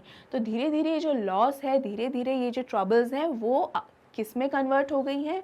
वो तब्दील हो गई हैं आपकी पावर में, आपकी स्ट्रेंथ में. तो हर बार ये मत सोचिए कि हर नुकसान नुकसान ही होता है. कुछ नुकसान धीरे धीरे धीरे धीरे आपका फ़ायदा भी बन जाता है, आपकी ताकत भी बन जाता है. और यही है इस क्वेश्चन का कंप्लीट एक्सप्लेनेशन. आई होप आपको ये अच्छे से क्लियर हुआ होगा स्टूडेंट्स. बढ़ते हैं अगले क्वेश्चन की ओर. Why does the poet not offer money to the boy to buy another ball? क्यों ऑब्जर्वर था जो और पोएट था, उसने क्यों पैसे नहीं दिए इस बच्चे को कि वो दूसरी बॉल ख़रीद ले? वेल, इसका रीज़न हम जानते ही हैं, क्योंकि मैंने आपको अपने एक्सप्लेनेशन में कई बार इस चीज़ को समझाया है, कुछ क्वेश्चंस में भी समझाया है. अभी एक बार फिर से एक छोटा सा क्विक रिवीजन की तरह समझा देती हूँ कि वो इसलिए ही दूसरी बॉल ख़रीदने के लिए पैसे नहीं दिए क्योंकि वो यूज़लेस होती. एक तो ये कि नई बॉल जब ख़रीदता बच्चा, तो उसके साथ ये ऑब्जर्वर जानता है कि जो अटैचमेंट उस गेंद के साथ था बच्चे का जो खो चुकी है, वो अटैचमेंट एक नई गेंद के साथ नहीं बन सकता. वो भी कम से कम उतना जल्दी तो नहीं ही बनेगा. तो वो एक तो उस बच्चे के दुख को किसी भी तरह कम नहीं करेगा. दूसरा ये कि चीज़ें खरीदी बेची जा सकती हैं, लेकिन जो इमोशंस हैं वो खरीदे जा नहीं सकते हैं. और तीसरा ये कि वो जो बच्चा इस वक्त जो सीख रहा है, उसकी इस शिक्षा में, इस सीख में किसी भी तरीके का कोई भी डिस्टर्बेंस नहीं करना चाहता है. वो जैसे उसको ग्रहण कर रहा है बच्चा, वो बहुत ही नेचुरल वे में ग्रहण कर रहा है, नेचुरल वे में एक्सेप्ट कर रहा है. तो ऑब्जर्वर यही चाहता है कि वो उसी वे में उसे एक्सेप्ट करे. देख लेते हैं इसका एक written explanation. The poet watched the boy who was plunged in grief at the loss of his ball. He did not offer the boy money to buy another ball. He felt that another ball could not console the boy. It seemed the boy had had the ball for a long time. The poet also wanted to make the boy realize the epistemology of loss. यहाँ basically यही है कि वो जो ball है, नई ball पहली वाली बॉल को रिप्लेस नहीं कर सकती है. और ये ऑब्जर्वर चाहता है कि एपिस्टेमोलॉजी ऑफ लॉस जो है वो बच्चा समझे. एपिस्टेमोलॉजी ऑफ लॉस का यही मतलब होता है कि बच्चा खोने के दर्द को, किसी चीज़ के खोने का जो दर्द होता है, वो जो तकलीफ़ होती है, उसको बच्चा समझे, और इसीलिए वो इस प्रोसेस में कोई डिस्टर्बेंस नहीं करता. When a person is trying to come over his grief and on his own, he is busy making himself understand certain things. If then someone intrudes or disturbs and his chain of thought is broken, it makes him irritated. इसका ये मतलब है कि अगर कोई भी व्यक्ति अपने आप से कुछ समझने की कोशिश कर रहा है, मान लीजिए वो किसी दुख में है, कोई भी व्यक्ति, सिर्फ वो बच्चा ही नहीं, कोई भी व्यक्ति किसी दुख में है, तो उसका क्या अपना एक खुद का एक प्रोसेस होता है उस व्यक्ति का. वो थोड़ी देर अपने आप के साथ अकेले में वक्त बिताना चाहता है, रोना भी चाहता है, दुखी होना चाहता है, अपसेट होना चाहता है. ये एक तरीका होता है ताकि वो अपने अंदर के भावों को एकदम बाहर निकाल दे, ताकि मन भारी ना रहे बाद में. जब वो अपने आप को इस तरह से एक्सप्रेस कर रहा है, अपने इमोशंस इस तरह से रिलीज़ कर रहा है, उस समय अगर कोई आके उसको समझाने बुझाने बैठ जाए तो वो व्यक्ति बिल्कुल भी समझने की कंडीशन में नहीं होता। इसीलिए कहते हैं कि कुछ समय के लिए कुछ लोगों को एकदम अकेला छोड़ देना चाहिए, ताकि वो धीरे धीरे धीरे उस चीज़ के साथ, उस प्रॉब्लम के साथ डील करने के लिए तैयार हो जाएं। और यही तैयार वो जो पोएट है वो चाहता है कि बच्चा भी वही उसी तरीके से तैयार हो जाए, उतना स्ट्रांग हो जाए, ताकि ये जो इसका दुख है वो इसको एकदम सहन हो जाए। अभी ये दुख इसको मिल रहा है, इसको इस दुख को सेटल हो जाने दो, फिर धीरे धीरे फेड हो जाने दो, और फिर इस बच्चे को स्ट्रांग भी हो जाने दो। ये एक नेचुरल प्रोसेस है जो ये ऑब्जर्वर चाह रहा है कि बच्चा समझे। Moreover, self-consolation, realization or understanding is more effective and lasting than when it is done by an external agency or a person. The poet knows it, so he does not intrude on him. ये जो poet है यहाँ पे वो बहुत अच्छे से जानता है कि कोई भी एक्सटर्नल एजेंसी का मतलब यहाँ पर है कि कोई बाहरी व्यक्ति अगर इस तरह से आकर कोई समझाने की कोशिश करता है ना आपको, तो समझना, तो जब आपकी अंडरस्टैंडिंग होती है वो उतनी इफ़ेक्टिव नहीं होती और उतने लंबे समय तक नहीं रहती। लास्टिंग मतलब लंबे समय के लिए टिकना, तो उतनी लंबे समय के लिए वो अंडरस्टैंडिंग नहीं रहती है जो होनी चाहिए। इसलिए बेहतर है कि अपने आप से आपको जो चीज़ समझ में आए वो सबसे ज़्यादा आपके साथ रहेगी और सबसे बढ़िया तरीके से आपको समझ में आएगी। और यही बात जो है ये पोएट, ये ऑब्जर्वर जो है वो जानता है, समझता है, इसीलिए वो डिस्टर्ब नहीं करता बच्चे को।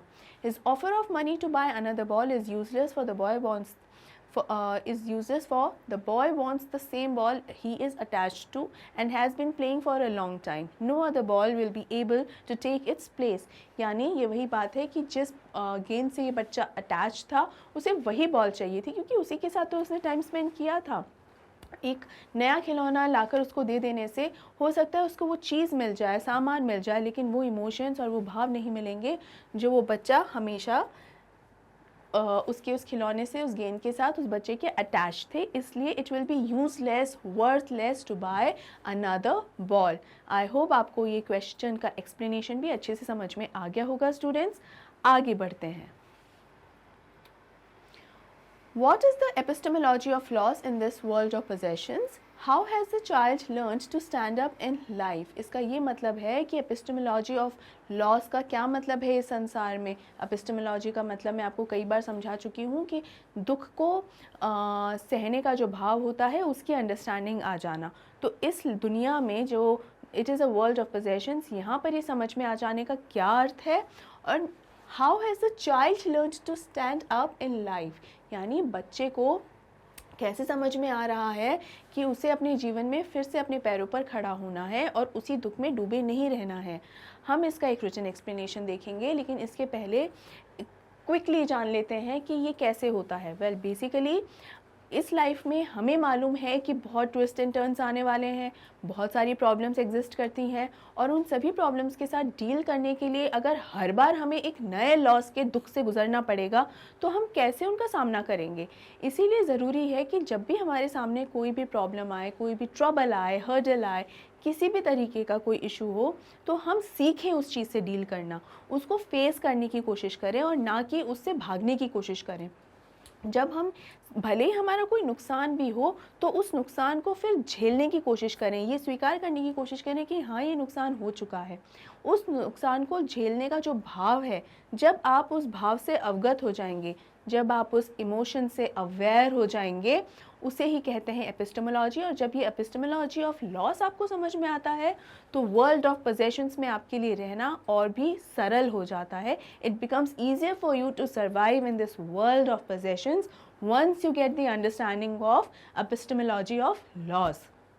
तो यही आपको समझना है स्टूडेंट्स, ये आपकी लाइफ पर भी अप्लाई होता है, मेरी लाइफ पे भी अप्लाई होता है, और इस बॉय की लाइफ पर तो अप्लाई हो ही रहा है। And how has the child learned to stand up in life? इस चीज़ की जब अंडरस्टैंडिंग एक बार आ जाती है कि लॉस होता ही है और समझ में आने लग जाता है, तब आपके लिए और ज़्यादा आसान हो जाता है उस प्रॉब्लम को फेस करना, समझना और उससे आगे बढ़ना, क्योंकि अब आप स्ट्रांग बन चुके हैं। आइए अब देख लेते हैं इस क्वेश्चन का written explanation. Gain and loss are the two sides of the same coin. Getting, spending and losing things from a natural cycle of form a natural cycle of life. The boy is inconsolable at the loss of his ball. Actually, it is not the ordinary ball, but his long association and attachment with it that makes the loss so unbearable. It is like the good sweet days of childhood that the boy cherishes so much but are lost and gone forever. They will never come back again. मतलब ये पूरा वो experience है इस खिलौने के साथ, इस गेंद के साथ जो बच्चे ने एक्सपीरियंस किया है, वो उससे खो गई है बॉल और वो दुखी है. Again the explanation is a bit similar only, लेकिन यहाँ आपको इस एक्सप्लेनेशन को, ये जो दुख है बच्चे का, वो किससे एसोसिएट करना है? वो एसोसिएट करना है इस बार एपिस्टेमोलॉजी ऑफ लॉस से, और इस दुनिया में सरवाइव करने का कहीं ना कहीं ये एक बढ़िया ज़रिया है. इस इमोशन के साथ आपको ये कनेक्ट करना है और ये आप समझ जाएं, इसीलिए ये एक रिटन एक्सप्लेनेशन है. बाकी स्टूडेंट्स जो मीनिंग है कहीं ना कहीं वो सिमिलर ही है, बस समझाने का जो एक तरीका है वो थोड़ा सा चेंज हो गया है. तो अब प्रॉब्लम्स तो हैं ही, वो तो आपके सामने आ ही रही हैं, कोई ना कोई इश्यूज तो लाइफ में हो ही रहे हैं. तो अब उसका उपचार क्या करें? So what is the remedy? Remedy का मतलब क्या होता है? रेमेडी का अर्थ ही है उपचार. ठीक है, उपचार. तो रेमेडी क्या करें, क्या उपचार करें? वेल, रेमेडी यही है कि he can bear this loss by understanding the epistemology of nature of the loss. इसका मतलब है कि वो जो एपिस्टेमोलॉजी है और जो नेचर ऑफ लॉस है, बस उसको समझें. देखिए स्टूडेंट्स, प्रीवियस क्वेश्चंस जो हमने किए हैं, कहीं ना कहीं जो एक्सप्लेनेशन है ऑलमोस्ट सिमिलर सा ही है. डिफरेंस कहाँ आ रहा है? किस तरीके से उस क्वेश्चन को पूछा गया है. तो अगर आप यहाँ देखें कि इस क्वेश्चन में एपिस्टेमोलॉजी ऑफ लॉस को लेकर ही क्वेश्चन पूछा गया है ना. तो मेन आइडिया क्या है कि इसको आपको, एपिस्टेमोलॉजी ऑफ लॉस को आपको कहीं ना कहीं हाईलाइट करके और इसको कहीं सेंटर में रख के इसको कोर पॉइंट बनाना है, की पॉइंट बनाना है, और इसके इर्द गिर्द अपने आंसर को पूरी तरीके से फ्रेम करना है. क्योंकि पोम में बात तो वही है, ऐसा तो है नहीं कि बात चेंज हो जाएगी. मीनिंग भी वही है, मैसेज भी वही है, थीम भी वही है. It will not change. तो उसी से अगर पोम से ही क्वेश्चंस आ रहे हैं तो मीनिंग तो वही रहेगा ना, लेकिन किस तरीके से अब वो आपसे मीनिंग पूछ रहे हैं उस अकॉर्डिंग ही आपको अपना जो आंसर है वो फ्रेम करना होता है. और यहाँ आपको ध्यान रखना है कि एपिस्टेमोलॉजी ऑफ लॉस के थ्रू समझाना है. तो ये चीज़, बस ये छोटी छोटी चीज़ें होती हैं जो हमें ध्यान रखनी होती हैं. तो आप ये मत सोचना कि एक ही एक क्वेश्चन है, सेम ही तरीके का एक्सप्लेनेशन है. No, it is not the same way of explanation. ये अलग अलग एक्सप्लेनेशन है, अलग अलग ज़रिए से एक्सप्लेनेशन है. तो आप ध्यान रखिए कि किस कोर पॉइंट, जो मेन पॉइंट है, वो कौन सा मेन पॉइंट हर बार पूछा जा रहा है आपसे, और उस मेन पॉइंट के इर्द गिर्द किस तरीके से आप उस सिमिलर एक्सप्लेनेशन को लिख रहे हो. Alright. In this world of material wealth and possessions, it seems that money can buy anything. However, it is a false conception.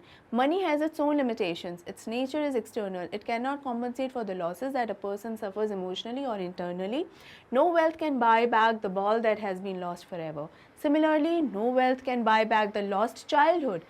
The child will have to move ahead and stand up in life. He has to stop weeping over his past losses and start living life as it should be lived. यहाँ पर weeping का मतलब होता है, weep का मतलब होता है रोना. ओके, weep का मीनिंग है रोना. तो weeping माने रोना ही होता है. तो यहाँ पर यही बताया गया है कि पैसा, मनी इज़ एक्सटर्नल, पैसे से सब कुछ खरीदा जा सकता है, लेकिन इमोशंस नहीं खरीदे जा सकते हैं. और उसी तरीके से वो इमोशंस जिस तरह से वापस नहीं लाए जा सकते हैं, उसी तरीके से कभी भी जो चाइल्डहुड, जो बचपन हमारा बीत चुका है, उसे भी कभी वापस नहीं लेकर आया जा सकता है. ओके, तो यही समझाया गया है that money can buy you everything but childhood. Money can buy you all the possessions but emotions. तो ये हमेशा हमको ध्यान रखना है, समझना है, और यही कुछ मेन पॉइंट्स हैं, इनको ध्यान में रख के आपको अपने आंसर्स को फ्रेम करना है. और हमेशा प्रॉब्लम्स को समझकर, प्रॉब्लम्स के साथ डील करके, उन्हें फेस करके भागना नहीं है स्टूडेंट्स किसी भी प्रॉब्लम से.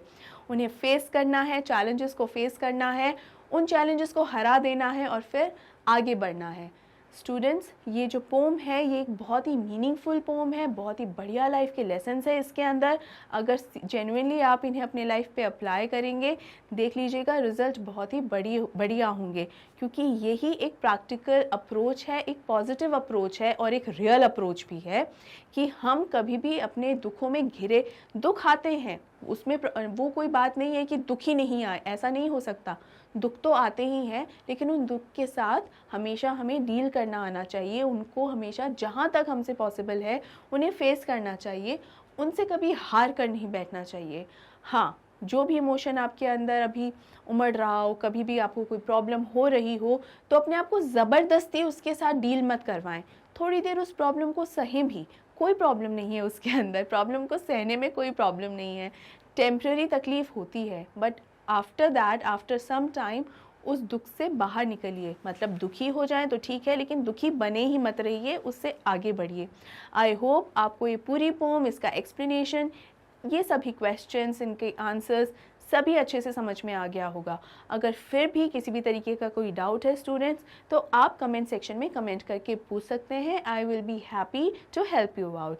और इसी के साथ हमारा ये वीडियो एंड होता है। और आखिर में मैं आपको बता दूं कि मैग्नेट ब्रेन्स आपके लिए लेकर आता है हाई क्वालिटी कंटेंट और एजुकेशन के साथ साथ ये सभी टॉप कोर्सेज, वो भी एकदम free of cost. E notes और ई बुक्स के लिए आपको लिंक्स डिस्क्रिप्शन बॉक्स में दिए गए हैं, आप विजिट कर सकते हैं। वीडियोस की एक्सेस के लिए आप मैग्नेट ब्रेन्स www.magnetbrains.com पर भी विजिट कर सकते हैं। आप हमें फेसबुक, ट्विटर, इंस्टाग्राम और टेलीग्राम पे भी फॉलो कर सकते हैं। अगर ये वीडियो पसंद आया हो तो लाइक और शेयर ज़रूर कीजिए और मैग्नेट ब्रेन्स हिंदी को सब्सक्राइब करना बिल्कुल मत भूलिए। Thank you so much.